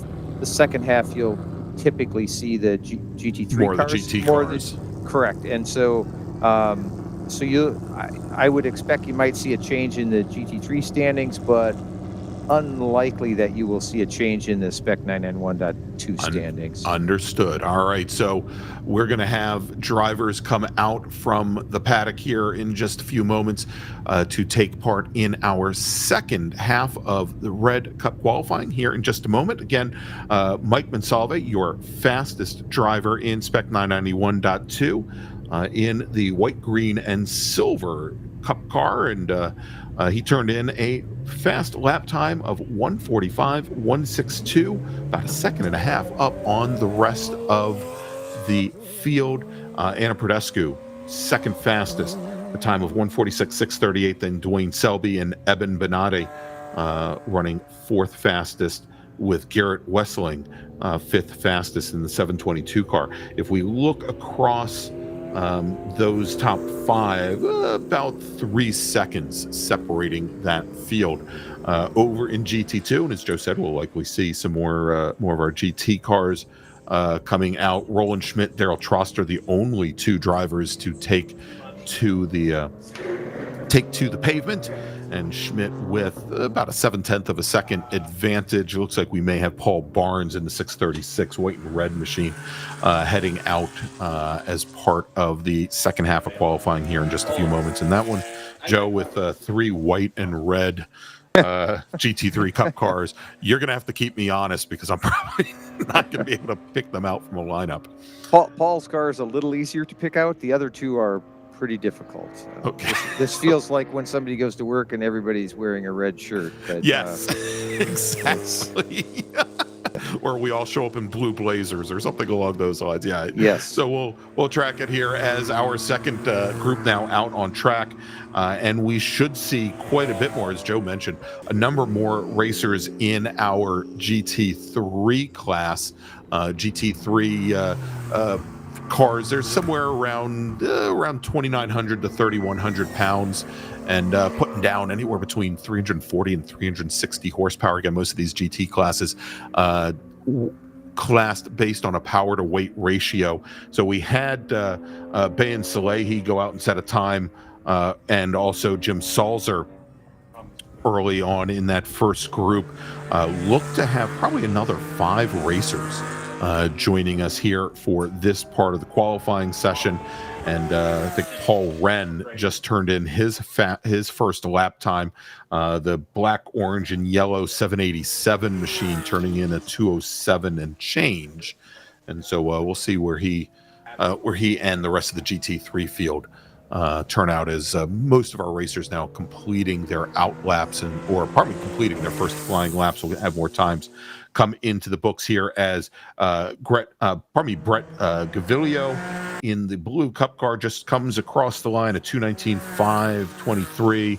Mick Janaszek a 2:27.680. And I think these early times that we're seeing come in are actually from the out lap, Joe, because they're the racers here, based on, since it looks like most of them are coming out of the paddock, they're actually crossing the timing line while they're still on the pit lane, correct? Yeah, I think they probably picked them up on the pit loop, and so those aren't representative times yet, but we should see them on their first hot lap. We should see those times. If I had to predict based on past performances, no predictor, but Brett has been on it, and we'll see how it. I'd be. Sounds like you're selling a stock portfolio there. Yeah, it's we shall see. But I would guess not an indicator of future results. Is that what? Yeah, something like that. But I'm gonna guess that put your money on Brett Gaviglio for the pole in this. But we shall see. That's why they say that's why they run the race. Exactly. So Gaviglio in the blue number 70 machine, as we saw just a few moments ago, and we'll track him down here, see where he finishes up. As we've got this is Paul Wren in the 787 machine coming across the line. Wren also in a GT3 class machine just turns in a 1:52.662. That puts him about 2.3 seconds off of Jim Salzer's times from the early session. Now this is Brett Gaviglio coming across the line, and Joe, you are one heck of a prognosticator. I want you to manage my stock portfolio as Brett Gaviglio gives us a 1:48.635, 1.7 seconds up on the rest of the GT3 field. Yeah, I mean, that's a good time in the GT3 class. So as you can see, there's a variety of cars. This is it's a power to weight class. So you have some earlier generation Cup cars. You'll see a number of club sports. They could either be the 981, like the 2016 club sports, or the later 718 club sports, like 2020.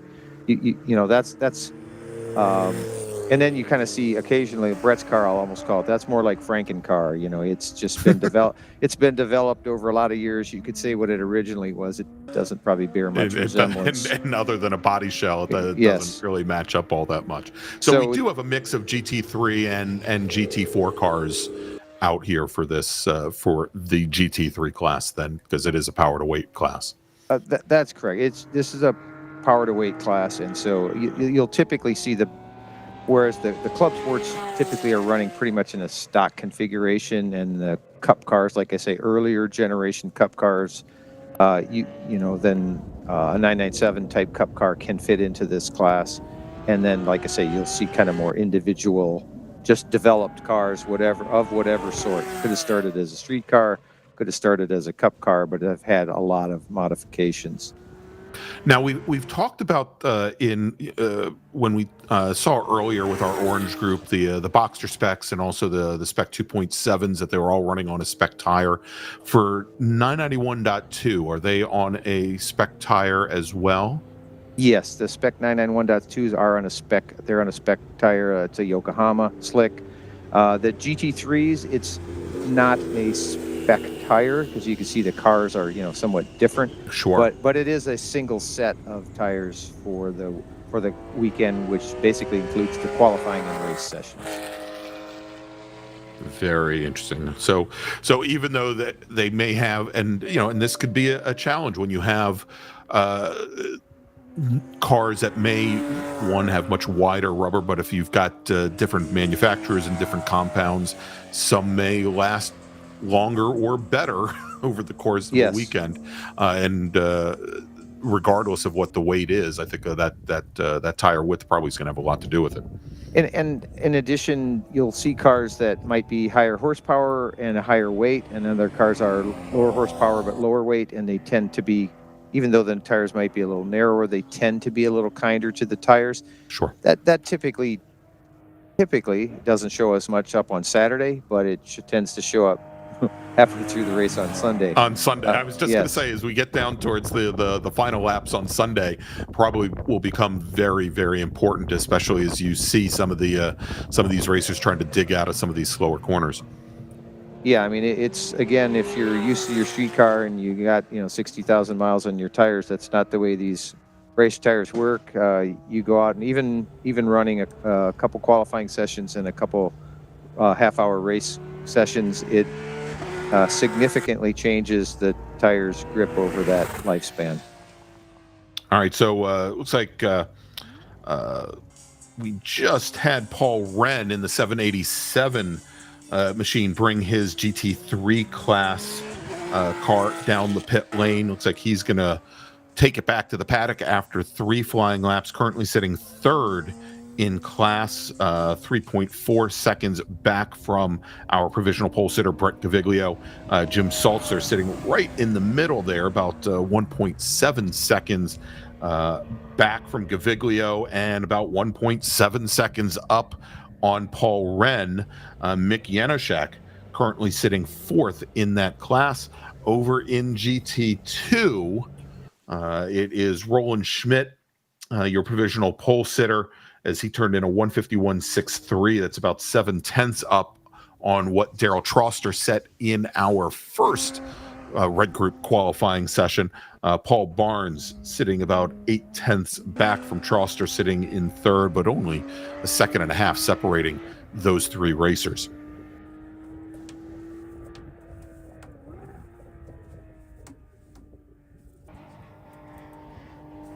And with it looks like a little bit over 10 minutes elapsed in this session, we should see the checkered flag here momentarily, as we are on board with let's see, who is this? I think Alan Ritchie in the 131 machine that we were watching. Joe, I believe Alan in I think the last of our racers in 991.2, or am I not seeing things all that well? Yes, I didn't read that as well. Alan's a relatively new driver to the series, so I'm not as familiar with him and his car. Okay. But well, he's coming down the pit lane. Actually, it was a 997 chassis. So I'm wondering if perhaps. Well, I'm looking at the front end there. Yeah, I think that might be. That's Paul Barnes in Barnes. The 636. Okay. Yeah. Got it. All right, so Paul Barnes in the 636 machine. And you said that one would be a little bit easier to pick out. Well, yes, compared to Roland and Daryl, those 2 cars, I will have to refamiliarize myself with the subtleties between their liveries. They're very similar. All right, so Barnes takes his car back to the paddock here, and I'm wondering if we have any racers remaining on the track. Looks like most everybody has gone back to the paddock, so let's go and we'll run down the finishing order. And our Red Cup racers, they will be on track for their first race of the weekend, scheduled for 3:05 p.m. Pacific time this afternoon. And in Spec 991.2, Mike Monsalve, scheduled as your pole sitter. He's got a time in the books of 1:45.162, almost a second and a half up on the rest of the field. Anna Prodescu in the number 100 machine, second fastest in qualifying today, with Dwayne Selby third fastest. Dwayne another 2/10 back from Prodescu. Eben Benade will start fourth, with Garrett Wessling fifth. then Thomas Stone and Alan Ritchie. And then over in the GT3 class, we did have 7 drivers set qualifying times. Brett Caviglio is scheduled to be your pole sitter in the class, a 148.635. 1.7 seconds up on Jim Salser, with Paul Wren another 1.7 seconds back. That is your top 3. Mick Janaszek Jr. scheduled to start 4th, with Bayan Salehi, Andy Sloan, and Scott Matz rounding out your 7-car field. So, Joe, we could either sit here and wait for see if we have any drivers head back out on track, but they'll generally be done. In other words, it's the the tires are a fascinating phenomenon, but they're basically going to go out, get them kind of in the window and run a lap or two, and then the tires start to get hotter than their optimum, and unless they have time to cool them for a lap or two and then do another hot lap, which they probably don't have time, then they're just going to bring it in, because there's no point in just wearing them out needlessly. You're not going to go faster. Yeah, you see that a lot in the time trials world as well, where you're going to just do one lap to get the tires up and running, and then at some point, you hit that point of diminishing returns, and it's going to take longer. If you have a 20-minute or a 30-minute qualifying session, to come down the pit lane, let things cool down, maybe bleed off a couple pounds of pressure in the tires before you go back out, that's great. But with a 15-minute qualifying session here, or actually a little bit less than 15 of on-track time, not within the realm of possibility for most of these drivers, especially, if they don't have crew or anybody with them. You're not going to see them getting out of the car to bleed off tires and get buckled back in. But regardless, Joe, we've got the checkered flag out on the session, so that is going to bring an end to our red group qualifying. And so we're going to take a little bit of break. Going to take about an hour's break. Our orange group, our Boxster Spec racers, our Spec 2.7 racers, as well as we saw the GT5 drivers as well. They are scheduled up next, and we're scheduled at 2:10 p.m. Pacific time. So please stay with us, and we'll be back in just about an hour.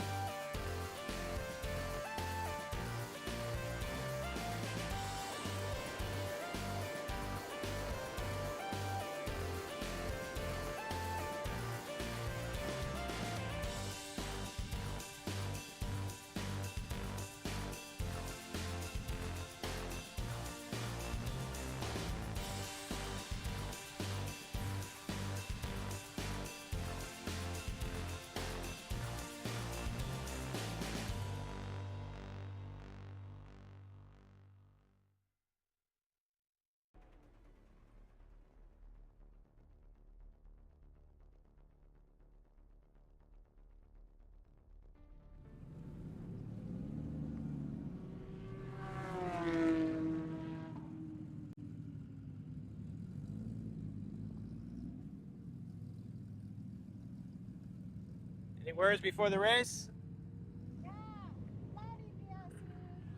Thank you.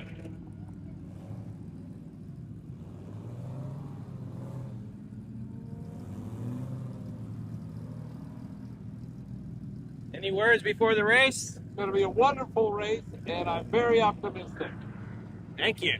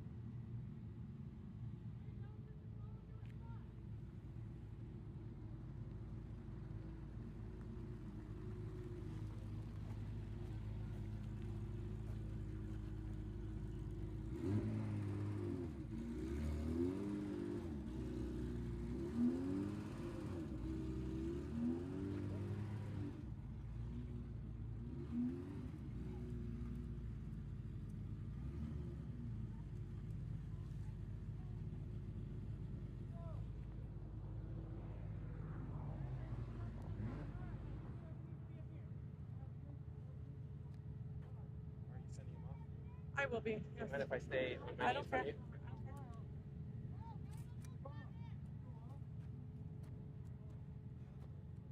11, go check her flag as well. Go 11.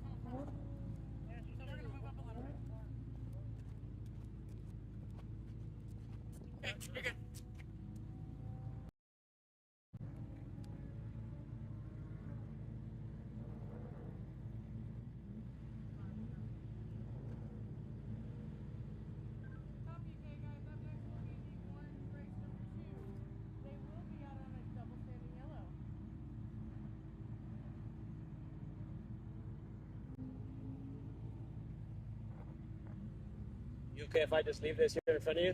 What? Can I just leave it in front of you?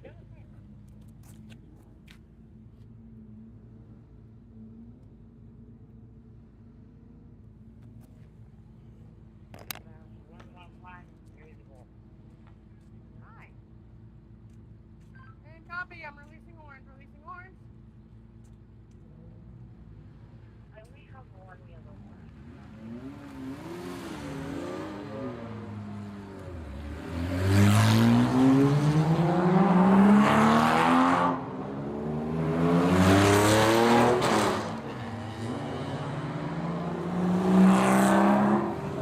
Welcome back to Chuckwalla Valley Raceway. It is the Porsche Owners Club, and we are racing here, getting ready for our second race of the weekend for our orange group. I've got Joe Wiederholt here with me. I'm Greg Ginsberg. And look at this camera view right over. You can see the splitter sending our racers from the left and to the right. Let's run down the starting order if you don't mind, Joe. Starting on the pole today, driving the number 960 GT5 Porsche Boxster, it's Carl Vandershoot. Starting on the outside of the front row, and you may have seen him there lined up on the grid, as close as you could get to Vandershoot's car. Maybe trying a little intimidation early on. Ed Muscat in his Porsche 911 Carrera, the number 317 machine. He's going to start on the outside of the front row.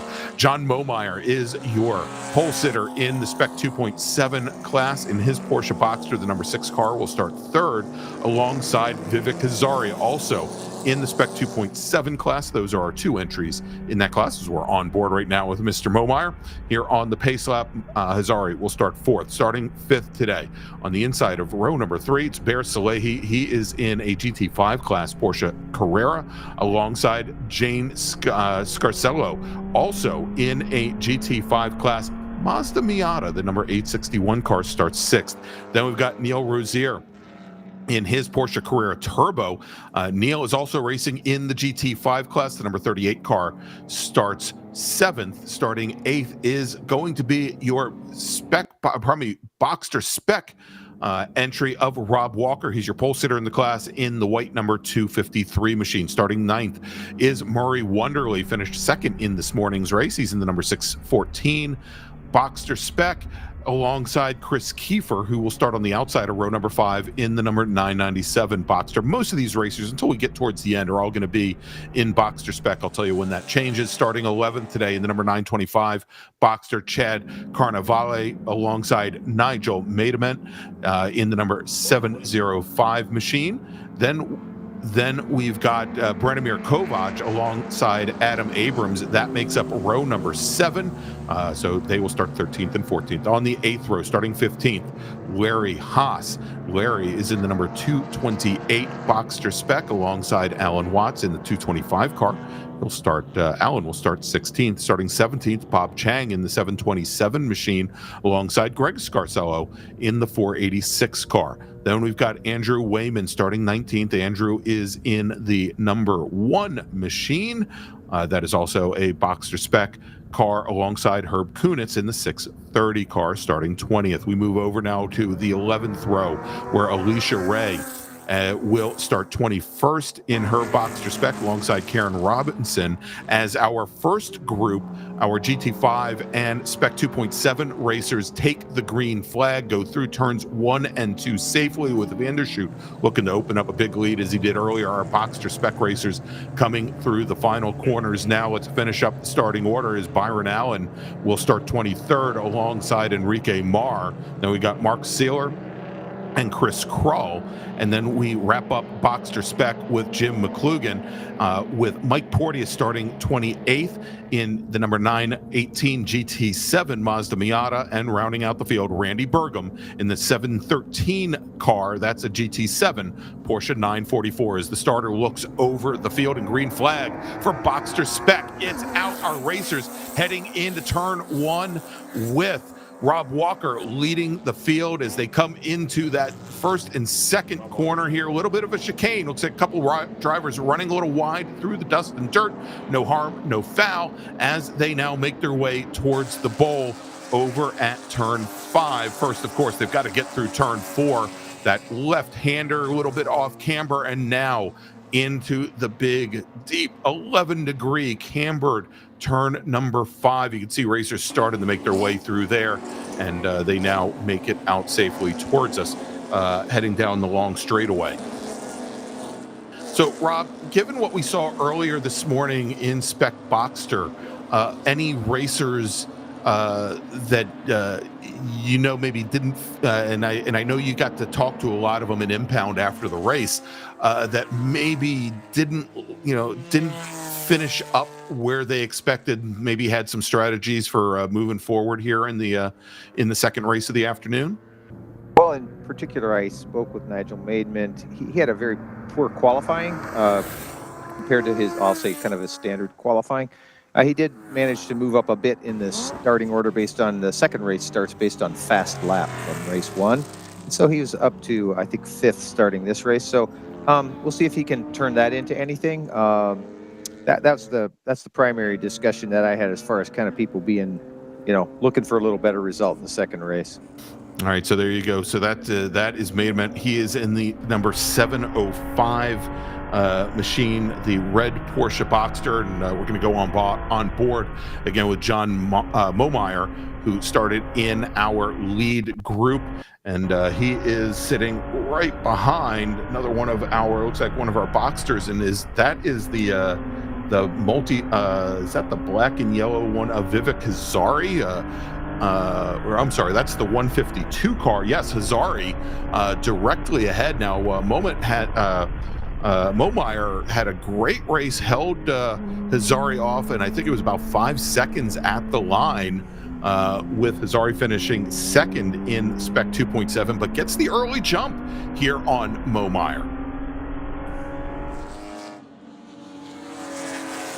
As we'll head back over to the slightly smaller displacement Porsche Boxsters, to the 2.5 liter cars in Boxster Spec, and have here running through the field. Looks like we've got Herb Kunitz in the blue 630, Rob Chang, Jim McLaughlin, Alicia Ray here as they come by us here on the exit of turn number 4 as they came out of that bowl at turn number 3, or pardon me, going into turn number 5 is the bowl. I'm sorry.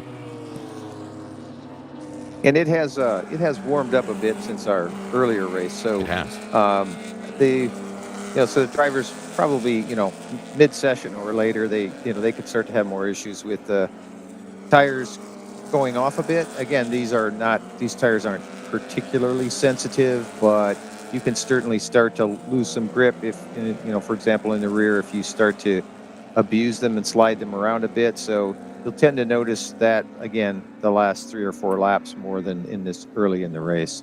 Indeed. And so all of these racers, at least in Boxster Spec, as Joe talked about this morning, they are all running on a spec tire, spec size, and spec compound. That is the Toyo Proxys R tire, or pardon me, most of them are on the RR tire, and many of them have started to move over to the newer Proxys R.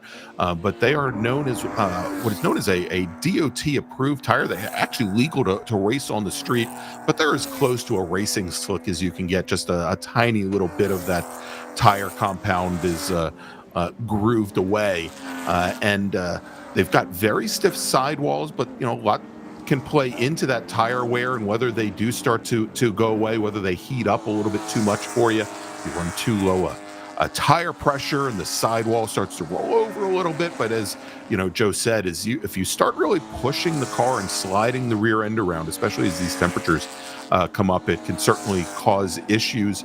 And these racers, they need to make these tires last all weekend long. And that is the drivers that we talked earlier in the earlier race about, that they do have, I'll say adjustable shocks in a very simple manner, and as well as the camber settings. But the drivers certainly do play with the tire pressures, like in any race series. If you go out on them a little bit low, you might not like the way they handle the first couple laps, but they might come to you. If you go out with them kind of set so you're confident for the start, they may go away from you, as the carcass really heats up and you start to get the pressures coming up. All right, it's a compromise. Indeed. Oh, great battle, and a change for third place now in Boxster Spec as Chad Carnevale in the gray number 925 machine pokes underneath, gets around Chris Kiefer in the white number 997 machine as they were coming out of those little S's there over at turn 10, and they make the run now down into 11. And there is the battle for third, as now Carnevale starts to open a little gap back to the white 997 behind. Just ahead of them, Rob Walker, once again, the class of the field, as he has now opened up almost 3.5 seconds on the Tiger Stripe, we'll call it, but the red 614 of Murray Wonderly.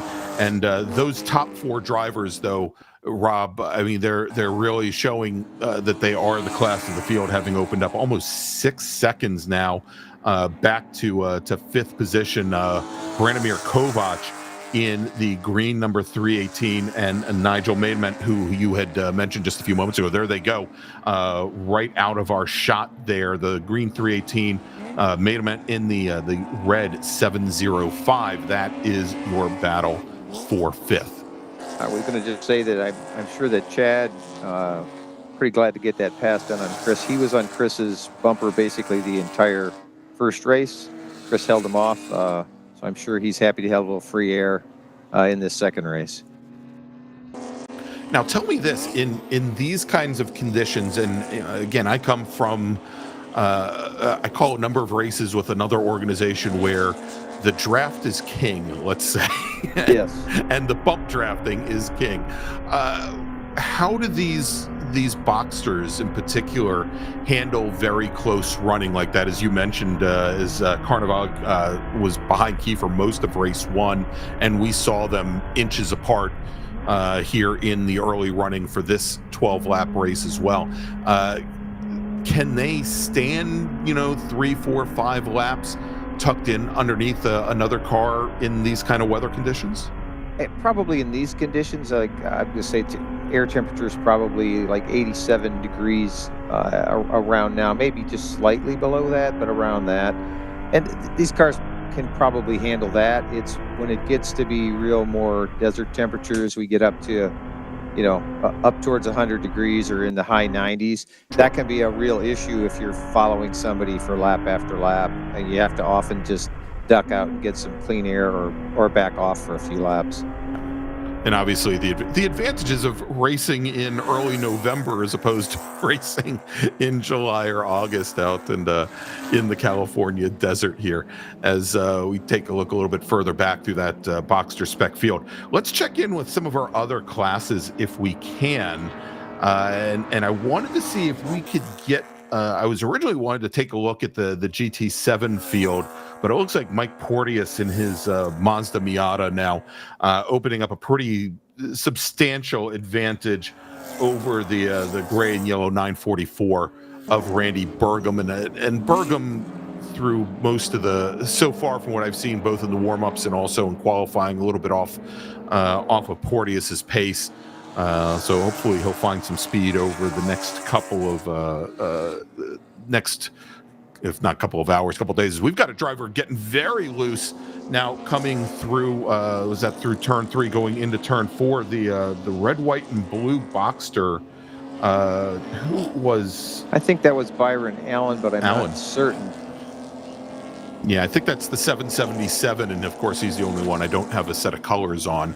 But had the rear end walk out on him, did a bit of a tank slapper there, and 4 cars back behind him, or 3 cars back behind him. I think Chris Kroll, also Greg Scarcello, and Mark Sealer as well, needing to check up.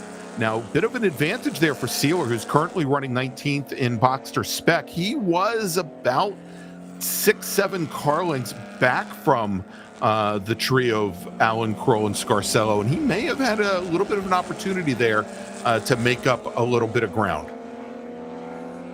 And we see them there and now here, Joe, it looks like, and if that may be the 777 as we're taking a look at the different car colors, big puffs of white smoke out of that central tailpipe.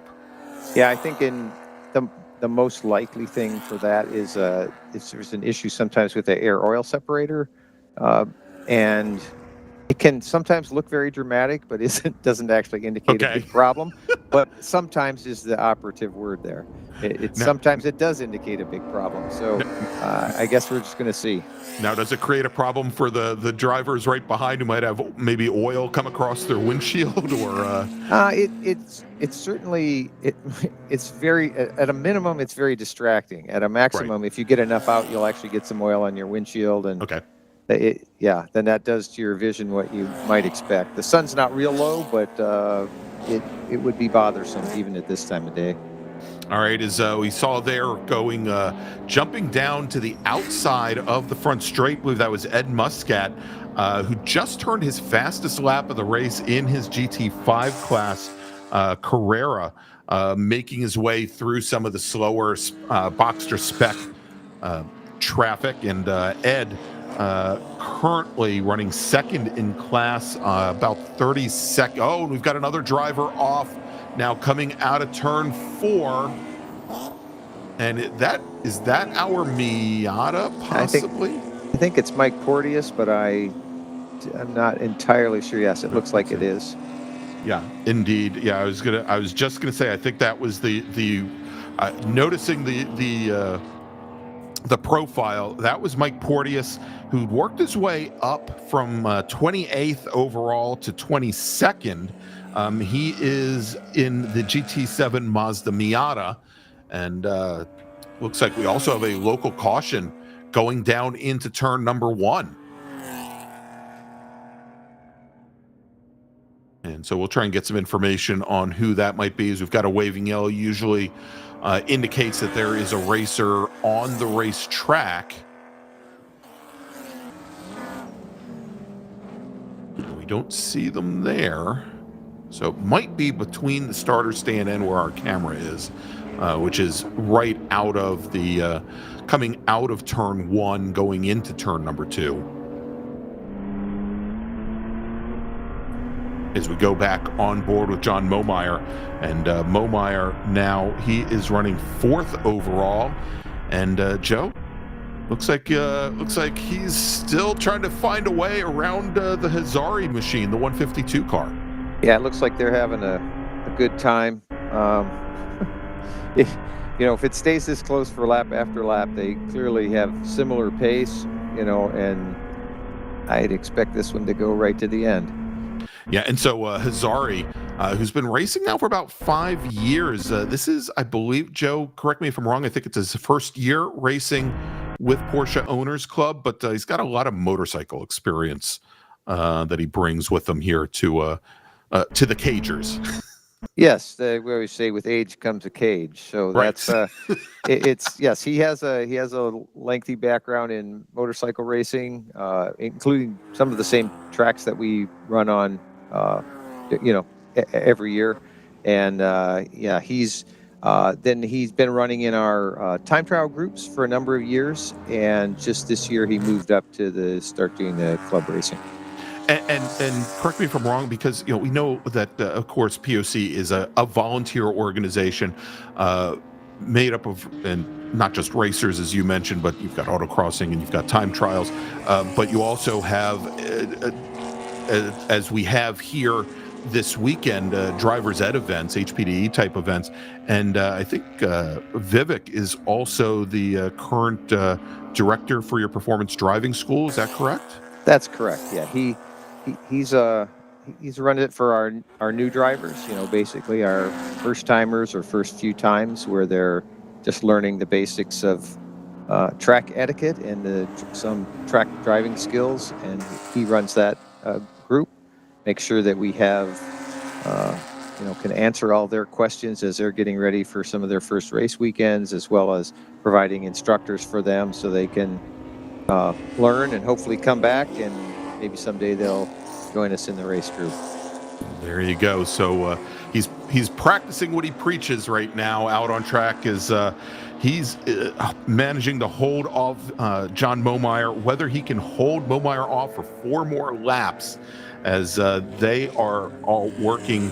Well, they're about to complete their about to complete their 8th lap, about to start lap number 9 here. So just a few laps remaining in what is scheduled to be, I believe this race was scheduled also for 12 laps.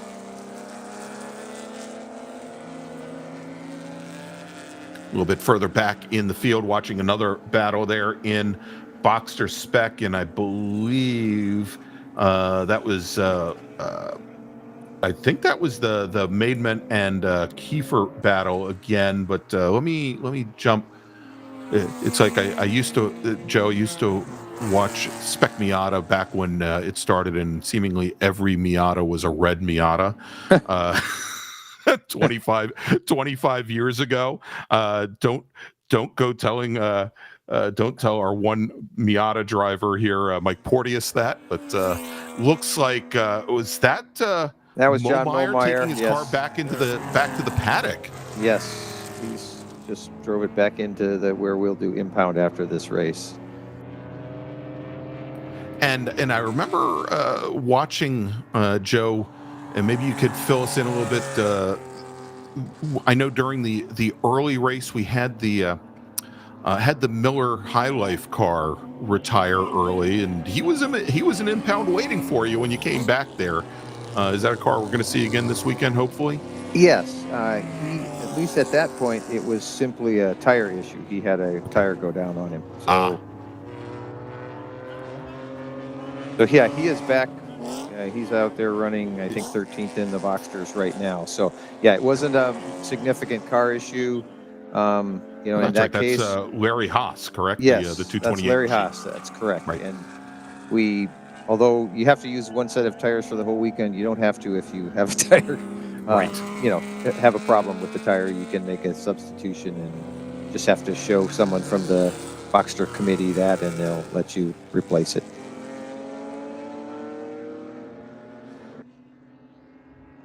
All right, so 3 laps to go, and running right at the front of the field, Carl Vandershoot, now in the number 960 machine in his silver 987 Boxster.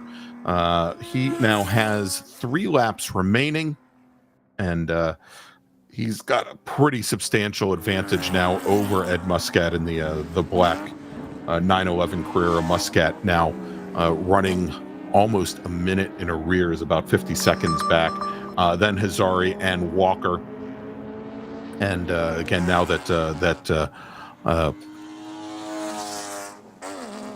now that we've had the other Spec 2.7 driver retire and head back to the paddock, now that Momeyer head back to impound, that Momeyer is off course, that's going to move Rob Walker, our pole sitter from Spec Boxster, up to 4th overall. Boxster Spec up to 4th overall, and has a pretty substantial advantage over Murray Wonderly for the 2nd race in a row. Wonderly running about 15 seconds in arrears, Chad Carnevale and Chris Kiefer. And, that battle that we had seen, that we had been watching for 3rd, Joe, between Carnevale and Kiefer there, as you said, now the Carnevale actually managed to find a way around the white Boxster Kiefer. He's been able to open up a pretty substantial advantage now, I believe, somewhere along the lines. Last time they crossed the line, about 5 seconds. Yeah, I mean, it's one of the each driver is different. But some drivers will have a little bit better qualifying pace, and others, they have a little better race pace, or maybe they're more consistent throughout the race. So you can, in that case, he could be stuck behind him, and once he gets a little, gets his nose clean, he can start to show that, maybe he's 3 or 4 tenths better, and that'll quickly build up to be a sizable lead. All right, and his clock or the laps are starting to run down. We were just watching a nice battle for 11th position, or probably 12th position, with Bob Chang in the yellow 727 machine, Jim McLaughlin in the white and green number 301.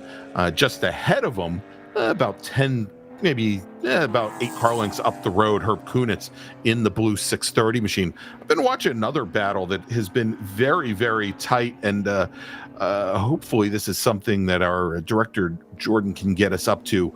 Nigel Maidament, who, as you mentioned, Joe, had a very good race 1 this morning.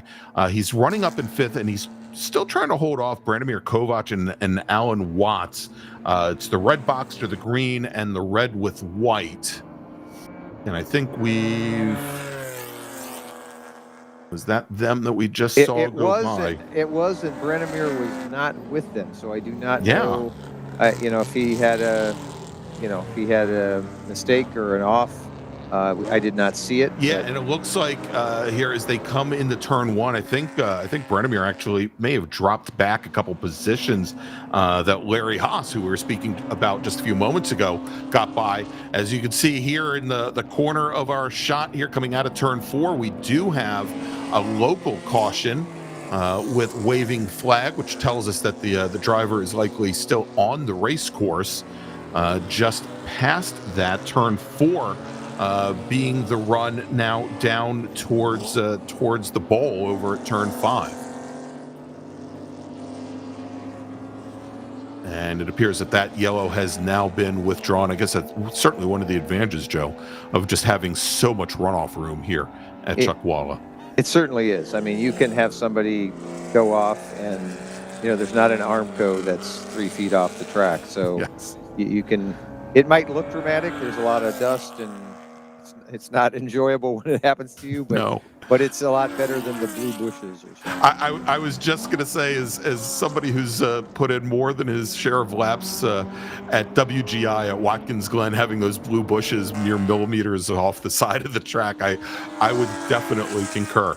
All right, we are working last lap now, Joe, with our leader, Carl Vandershoot, working his way around now. Rob Walker in the 253 Boxster spec has managed to clear Ed Muscat's 911 Carrera, so move our Boxster spec leader up to 2nd overall. And I know we were tracking Walker, who was the Boxster spec track record holder here at Chuckwalla earlier, and I believe he got into the 158.6s in race 1 today. He's at a high 58.7 here, but as the checkered flag flies and Vandershoot crosses the line in that silver 987 Boxster to take the checkered flag in the GT5 win, Rob Walker, and that is not the Walker car there, that's got the wider stripes. Walker's livery is very much like Herbie the Love Bug.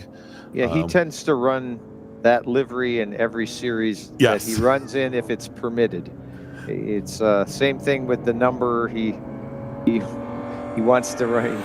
He will soon have number 53 as well here, because that's Herbie's number. So everybody has their thing that they like, and Rob drives well enough that I'm not ever going to criticize his livery. No, not at all. It's in fact, I spoke with Murray Wonderly after the first race. I said, hey, he drove a really great race, and he said he got basically something along the lines of he got first among the non-aliens. So well, there you go, and that is definitely the case. There is Wonderly's going to finish a couple seconds back. Wonderly, actually, I think should be coming out of the final corners now and towards the checkered flag. I think I just saw him come into the final corner. He's the 2nd car in line here as he pulls to the inside so we get a nice view of the Tiger Stripe car. Wonderly going to finish second, about 20 seconds back from Rob Walker, finishing second in Boxster Spec. Chad Carnevale will finish third. Chris Kiefer just now crosses the line in the white with blue stripe number 997 car. He will finish just off the podium in fourth. And Nigel Maidament will, when we see him come around, and he should be one of the next cars to come through in the red Boxster. And look at this as they all coming side by side to the line, and that was close. Maidament holds off Alan Watts by about 0.3 of a second, and I think that might have been the Muscat car that had just come through. So let's take a look. We'll break things down by class, Joe. And do you need to go down to impound once again? I do. I need to head over there to, we do a little check, make sure if the drivers had any issues during the race, and then we send some cars to get weighed or get them dynoed, and that's our process after the race. And now you can see a couple cars already parked there, and I'm going to head over that way right now. All right, thanks very much. All right, as Joe heads over to impound, I'm going to we'll give you the finishing order. And so in GT5, it was Carl Vandershoot finishing with the win. Ed Muscat second. Bear Salehi will finish in third. Neil Rozier will finish 2 laps down in fourth. In Spec 2.7, Vivek Kazari takes the win as John Momeyer retires 5 laps early. In GT7, Randy Burgum will take the win over Mike Porteous. We saw Porteous have some issues with his Mazda Miata. Apparently after that spin, he took the car back to the paddock and finishes 5 laps down from Burgum. And then finally in Boxster Spec, Rob Walker with the win. Murray Wonderly will finish second. Chad Carnevale third. Chris Kiefer, Nigel Maidament will finish out the top 5. Then Alan Watts, Adam Abrams, Larry Haas, Branimir Kovac, 9th, and Andrew Wayman. He's got the number 1 on the door, but he finishes in 10th. That rounds out our second orange race of the day, and we're going to see our orange racers again tomorrow. Like today, they're going to have qualifying session starting at 9:40 a.m. tomorrow morning. That is Pacific time. And then almost immediately after that, our red group, who we're going to see on track here next in just a few moments, they will follow up with qualifying. But we've got 2 more races tomorrow for you as well. So stay with us in just a little bit. We've got our impound and we've got our podium ceremony for our orange group race. We'll be back right around 3 p.m. Pacific time with the grid walk for our red group race, our final race of the day. You're watching the Porsche Owners Club. Please stay with us. How are those battles? Hey, I kept it on the track this time. That's important, right? Yeah. Very nice.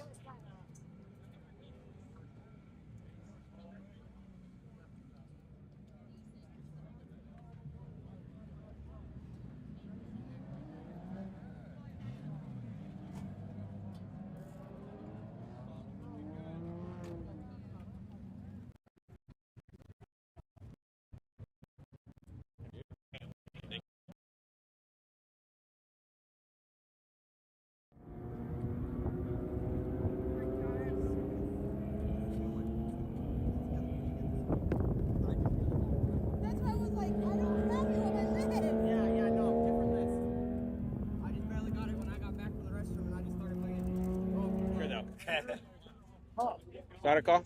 Any post-race words? We've been coaching these guys up on Assetto Corsa on the sim at home, and these guys are actually pretty good. So we can't take all the credit with the sim. These guys are just really solid. Our Rob, Murray, Chad, and Chris. It's kind of cool that Chris and Chad swap spots between race 1 and race 2.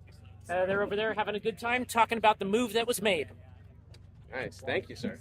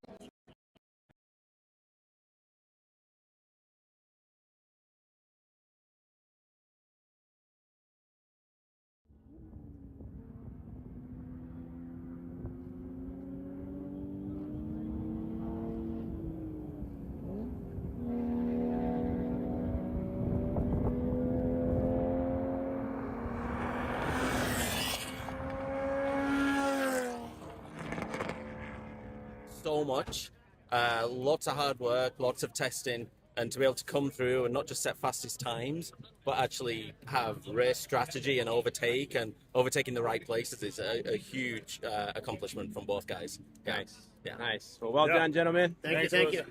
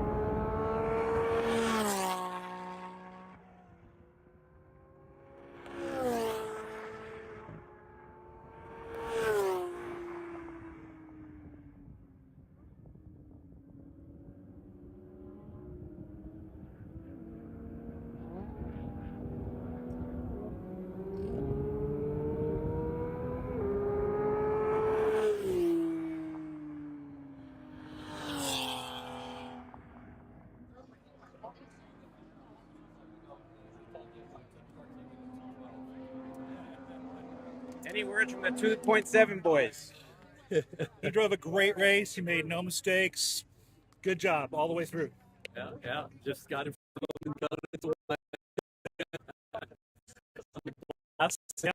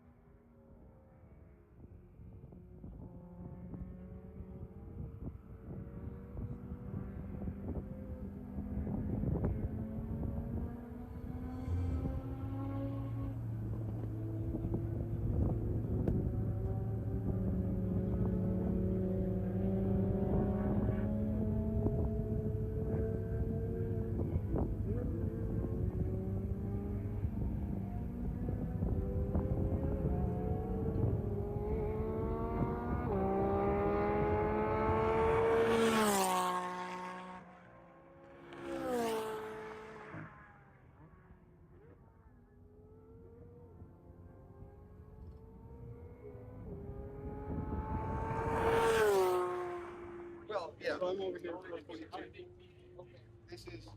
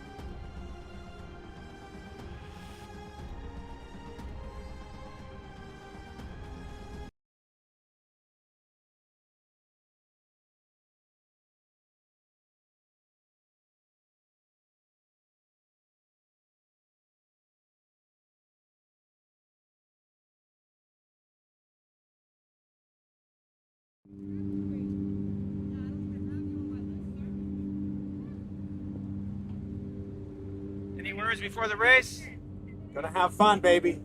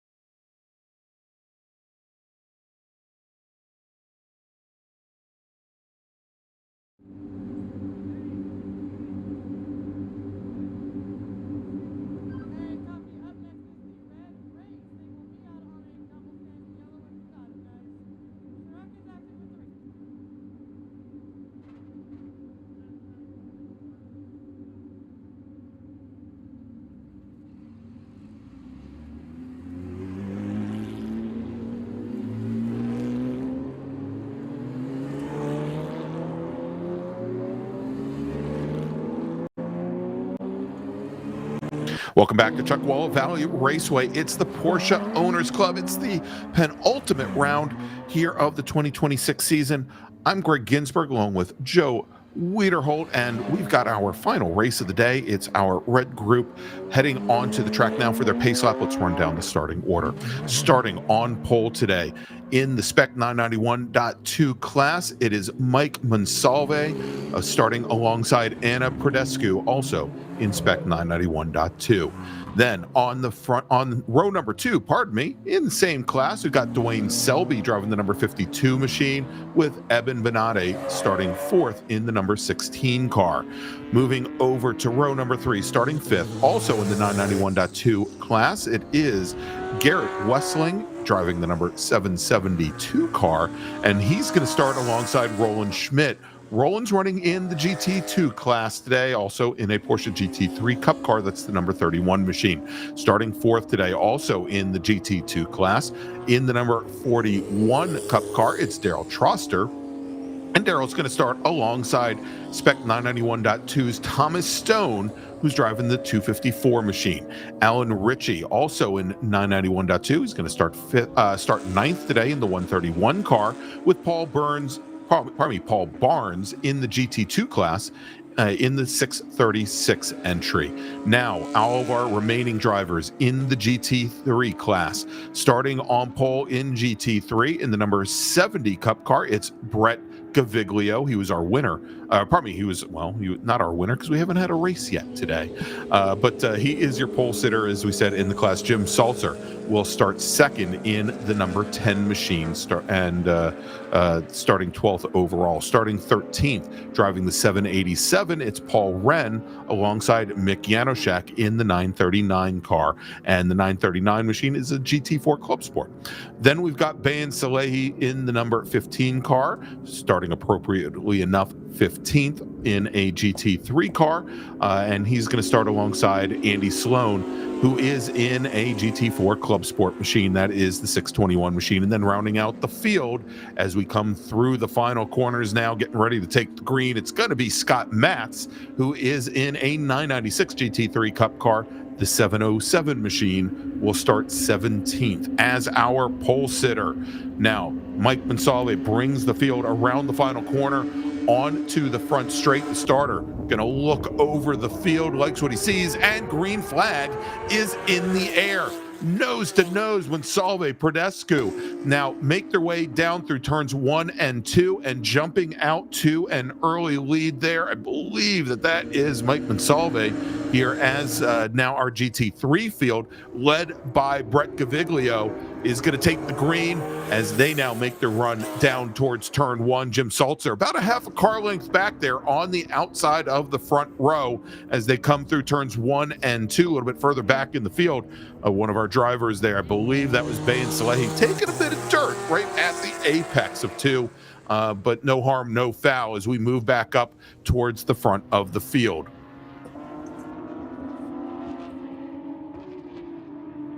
And we just got word, Joe. I don't know if Joe is in here. He might be down in the in impound. No, I just made my way.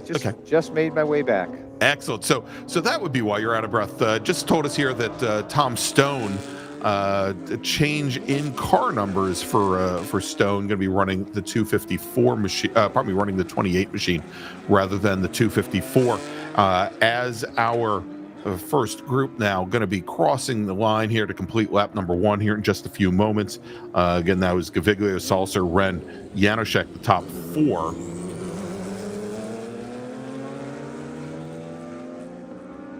As the rest of the field coming out of that sharp left-hander turn 10 now and making their way down towards making their way down into the hair. I don't want to call it a hairpin. Again, a bit of a bowl there. Turns 11 and 12. Big sweeping left-hander. Heavy braking though, coming into that left-hander at turn 11, and now crossing the line and coming across in the green number 87 machine. We just saw Garrett Wessling, who is running 3rd in 991.2 behind Monsalve and Benatti, Roland Schmidt.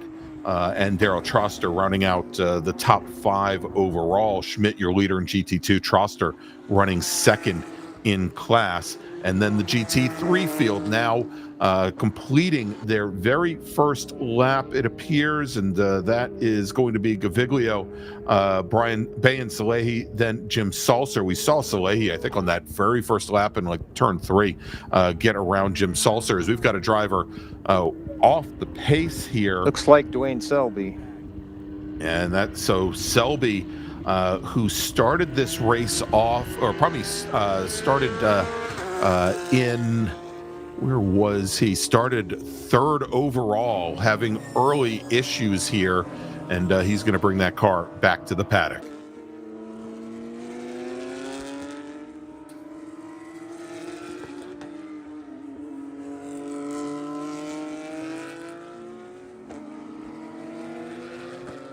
So, Joe, we talked earlier during qualifying when we look at, in particular, the GT3 field, who had the second start in that split start, where you've got some older Cup cars, you've got the newer GT4 machines and different tire types, but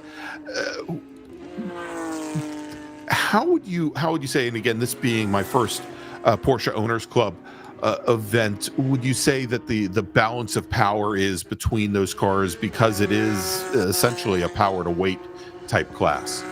In general, I would say that the GT4 Club Sports struggle a bit more because they're not optimized for the class per se, whereas the other cars, people will tend to try to tune the car to the power to weight maximum. The Club Sports can fit in that, but typically a lot of those are you're going to have to ballast them or do something to get them there. Okay. And they're just, like I said, they're often good in a one make series, but often not as good in this class where you have these cars that have been kind of tweaked to fit exactly within the power to weight parameters, and everything else is basically free. I mean, again, it isn't like you can't have a 100-foot wide car, but right. I mean, within reason, it's free, and so they're tweaked until they're kind of pretty optimized. And the Club Sports people tend to run them as they're built, but they're not running them. We do have a spec class for those, but people don't tend to run it that way. We were just watching a great fight for the, speaking of GT3, the battle for the lead in GT3. Brett Gaviglio in the blue Cup car, and Bayan Salehi in the yellow Cup car.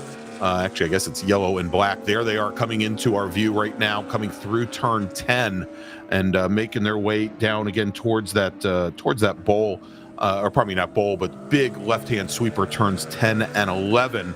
And when they qualified, if I go back, I believe there were about a couple tenths separating them in qualifying, but Salehi holding very tough here early on and making Gaviglio maybe adjust his lines a little bit, maybe getting defensive early on. Yeah, I think Brett was substantially faster in qualifying, but again, that's what I was kind of saying. Every driver's a bit different, and Bayan might just not have had a good qualifying session, but he loves to race. I mean, he's he's not a guy that wants to go out there and time trial. He wants to race people. And so he's Exactly. now he has a rabbit out there, so he is chasing the rabbit. Yeah, so that is, as you see there, as they came through turns 1 and 2, Salehi very close, maybe almost inches off of Gaviglio's rear bumper. And I'll tell you, the battle for third, right back behind him, there it is, going through turn 3 now, the right-hander over turn 3. That is Jim Salser and Paul Wren, also within just a couple feet of one another. So very tight running there up in the top 4. Yeah, I mean, we have a really good race going on there. I hope it stays that way.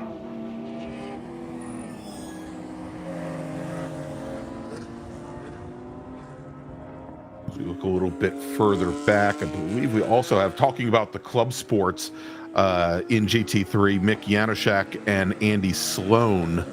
We'll see if we can catch up with them. They are currently running, I think, 14th and 15th overall, but also been very close together early on. Should mention that Anna Prodescu in her Porsche 991.2 car does not appear to have taken the green. The 100 car not out running here. Joe, maybe you can help me verify that. At least that's what I'm showing from timing and scoring. Sometimes that could be a transponder issue. Yeah, I'm going to just have to kind of keep an eye out there. I think she took the start, but I haven't seen a lap time for her since. So, and I haven't seen her on screen since the start. So she may have come in on lap 1, and I'll just keep my eyes peeled.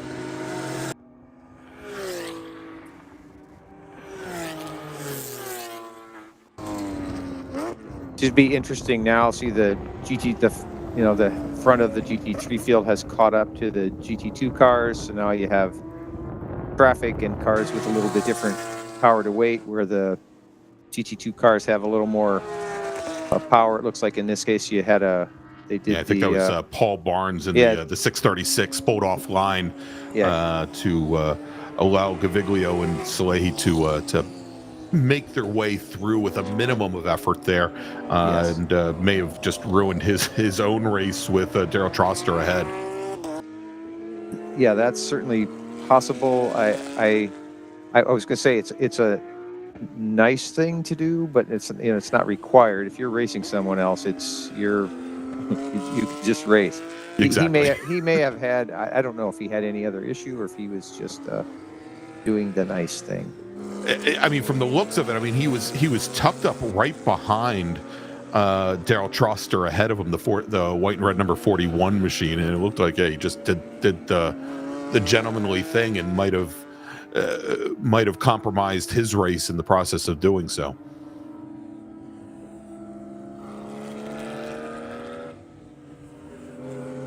So again, this is this race scheduled for 13 laps.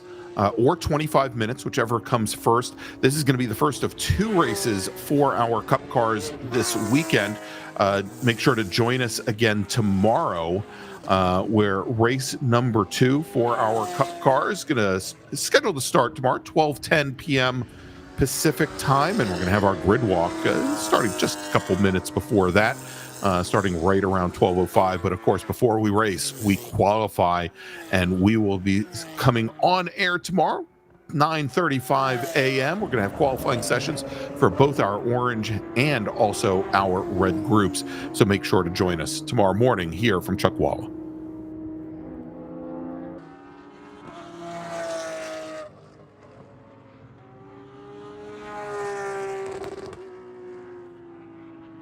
You see there at the bottom of the screen, Alan Ritchie just turning in his personal best in Spec 991.2, the white 991 machine, and currently running 6th overall, 5th in class, behind Thomas Stone, running about 6 seconds back from Stone, who is the driver just up the road. Stone also setting his personal best lap of the race, lapping right now at about 0.7 of a second faster than Ritchie. Bayan, yeah, go ahead. I don't Joe, know I'm if you sorry. noticed, but Bayan had gotten by Brett Caviglio for the lead in the GT3 class. Yes, he did. So we'll check back in here with the yellow number 15 machine. Thank you, Joe, because I did not see that happen on course. And we'll see if we can pop back in here. We've got the yellow number 15, the blue number 70. And I think as we were just watching that battle go by us there a little bit further back in the field, I think that was Troster and Paul Wren. Troster currently running 3rd in GT2. Wren is running 3rd in the GT3 class, so not a battle for class.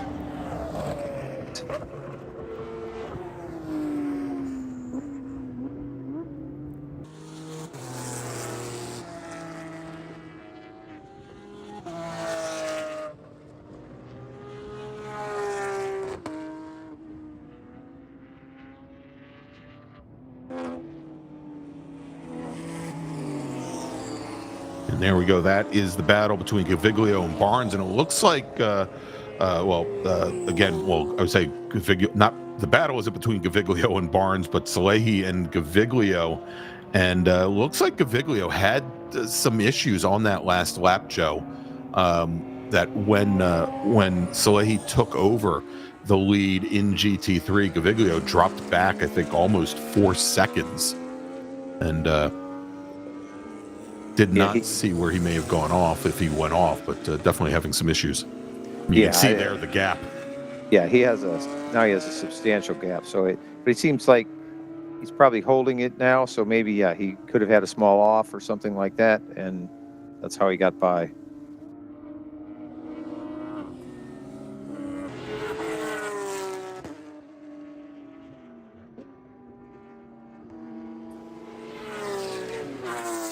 A little bit further back, we just see the GT2 battle. Is that I think Barnes and Troster?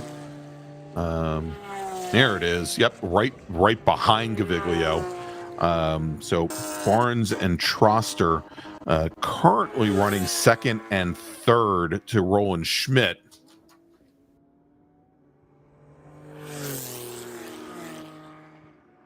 And Paul Barnes, 20 years racing, and interesting. And I think Joe, this might be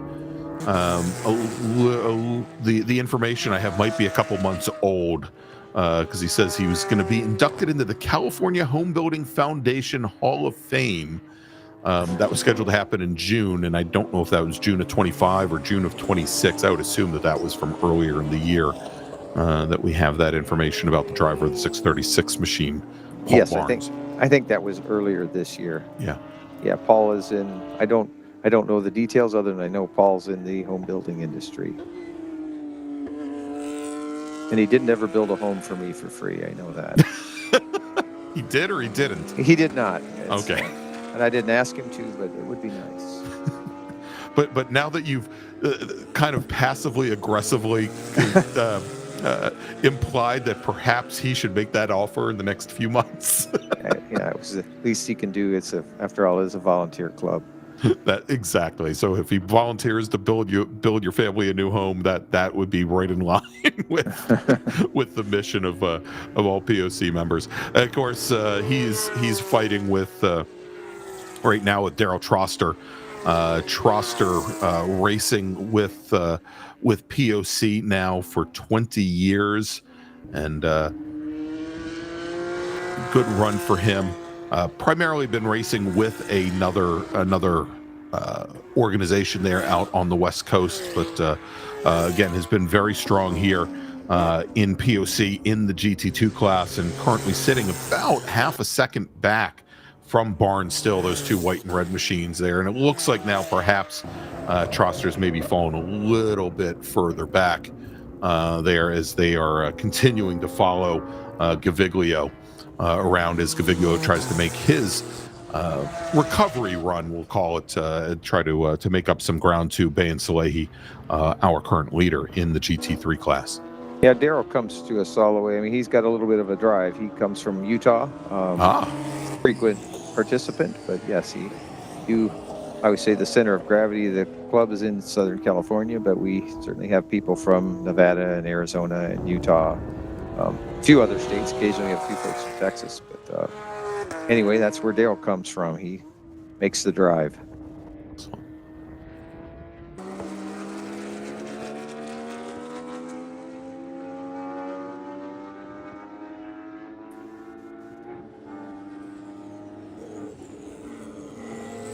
All right, so 8 laps in the books now for Mike Monsalve, as Eben Benade and Garrett Wessling should be our next drivers to complete a lap. And as it stands in Spec 991.2, Monsalve is your leader in the white, green, and silver GT3 Cup car. Eben Benade currently second, with Garrett Wessling in third. Tom Stone running just off the podium in fourth position currently, and he'll be the next driver in the class to cross the stripe as he comes onto the front straight.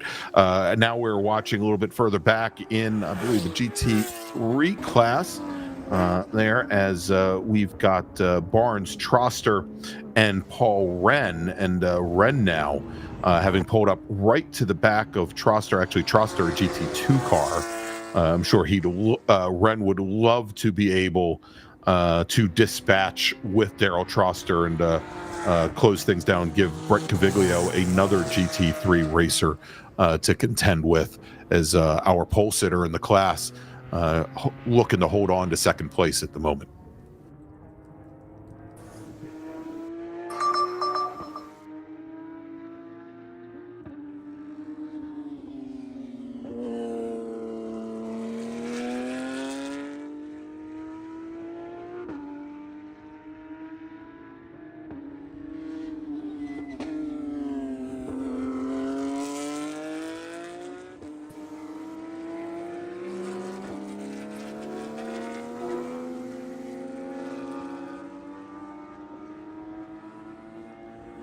And now things starting to stretch out just a little bit there, as Salehi now opens up almost 8 seconds to GT2 racer Paul Barnes. Gaviglio another second and a half there. So Gaviglio just not able to maintain the pace of Bayan Salehi here, as Salehi's lapping in the 130.2 range.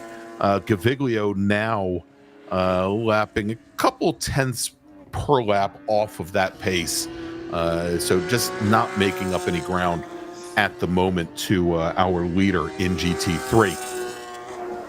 If we look here coming out of and there's we just had Salehi and Alan Ritchie in the 991.2 class cross the line. So Salehi making great ground here, as he's been lapping quite a bit faster than some of our 991.2 cars, as I believe that's Paul Barnes that was in stop action right there at the finish line. That would be great if the checkered flag was out for that shot. But Bayan Salehi now up to 5th overall, and Salehi having started this race all the way back in 15th position. So definitely our hard charger here today. Yeah, and Paul Wren is right on Brett Gaviglio's bumper, so that should be a good battle from here to the finish. All right, we'll check here as they're going to be coming into turn 15 here in just a moment.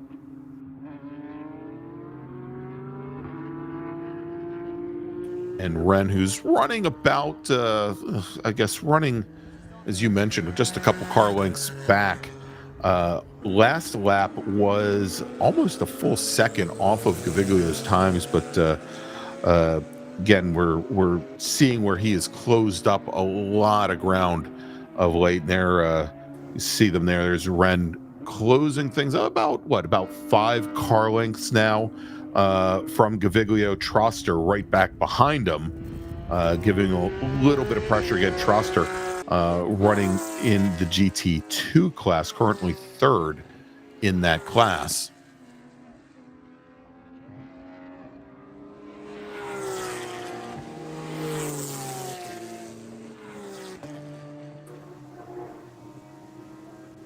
And starting to make their way up a little, trying to come through some of the slower traffic there, trying to pick up the other blue was actually, that was, I guess, Gaviglio there in the blue number 70 with the white stripes on the nose.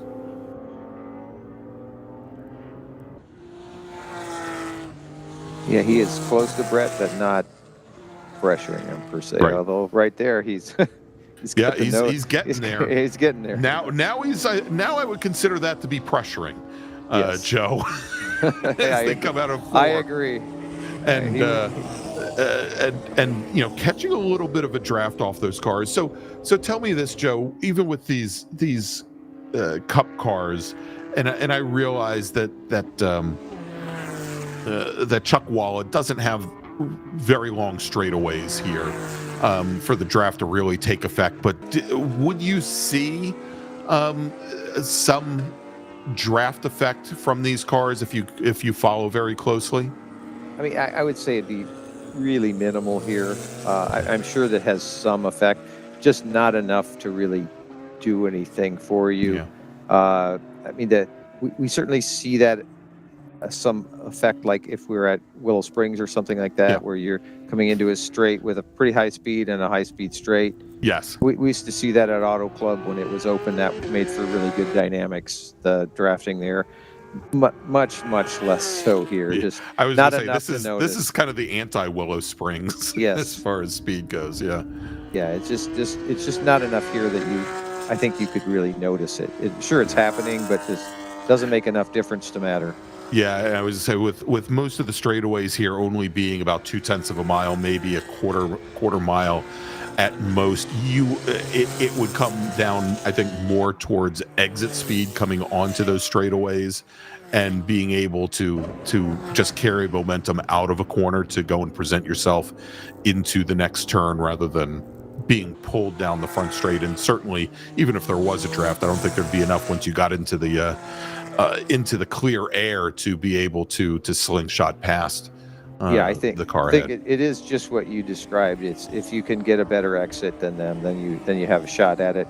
Yep. It's again, just the track layout being what it is. It often makes that difficult here to just really set that up. Again, you've seen some passing, but it is difficult. You'll all right. Well, somebody who it has not been difficult for.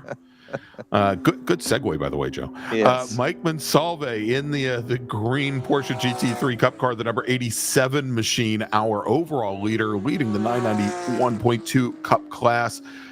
He now is working his final circuit of Chuckwalla here today, the first day of racing action, and we're still waiting for Eben Bonatti to make his way across the start-finish line. He does, almost a half minute in arrears.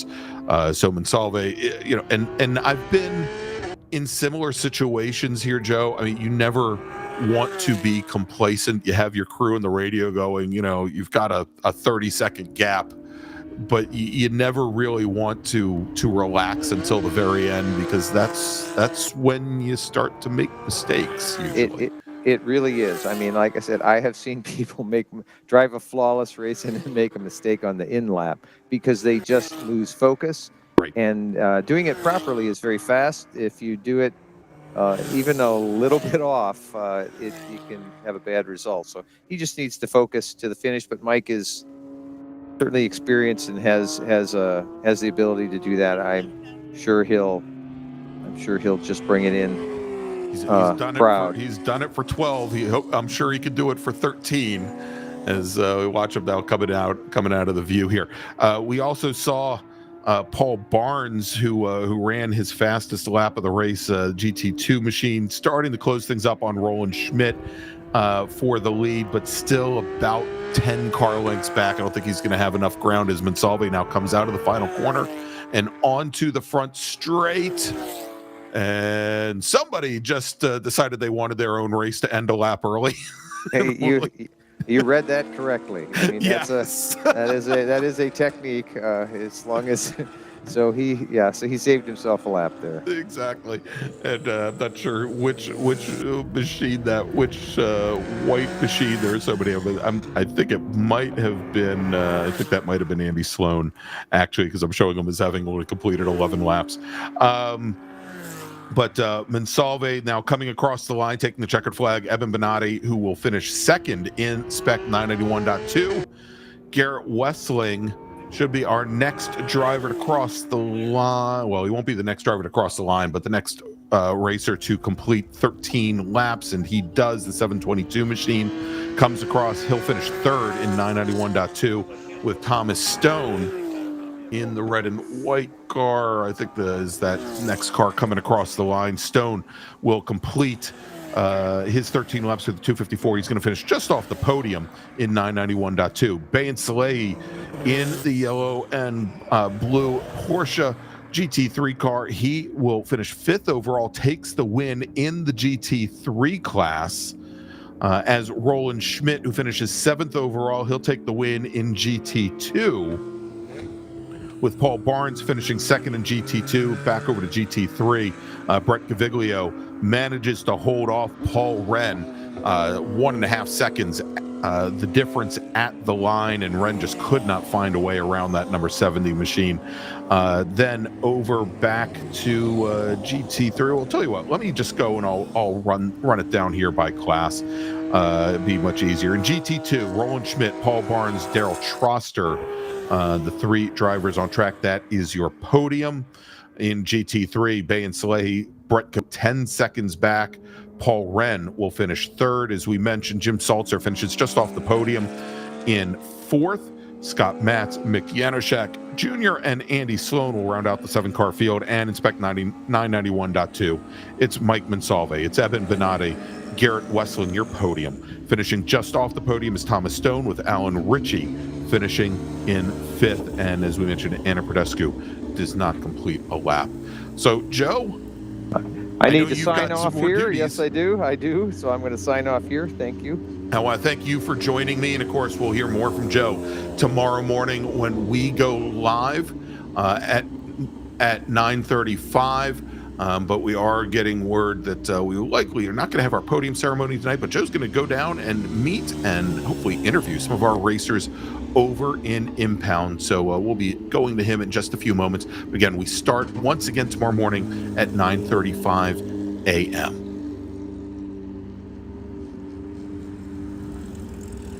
I'm just going to turn it over to Joe, but he's probably running at top speed right now. There we go. There, at least there. This is our cameraman, Lewis. He's waiting on Joe with the microphone. But as you can see here, a lot of racers, as they're just coming off the track now, getting lined up. So our racers are going to be telling their stories and discussing this wonderful race, our first of two Red Group Cup car races here this weekend. And so want to thank you all for joining us here today. Make sure to join us tomorrow morning, 9:35 a.m. Pacific time, for day number 2 of the Porsche Owners Club from Chuckwalla Valley Raceway. So for Joe Wiederholt, I'm Greg Ginsberg. Thanks so much for joining us.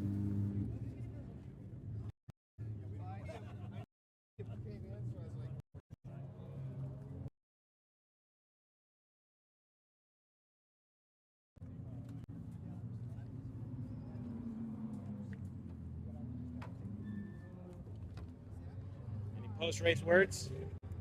It was fun. I like getting second place. First loser. You guys are hilarious. Yeah.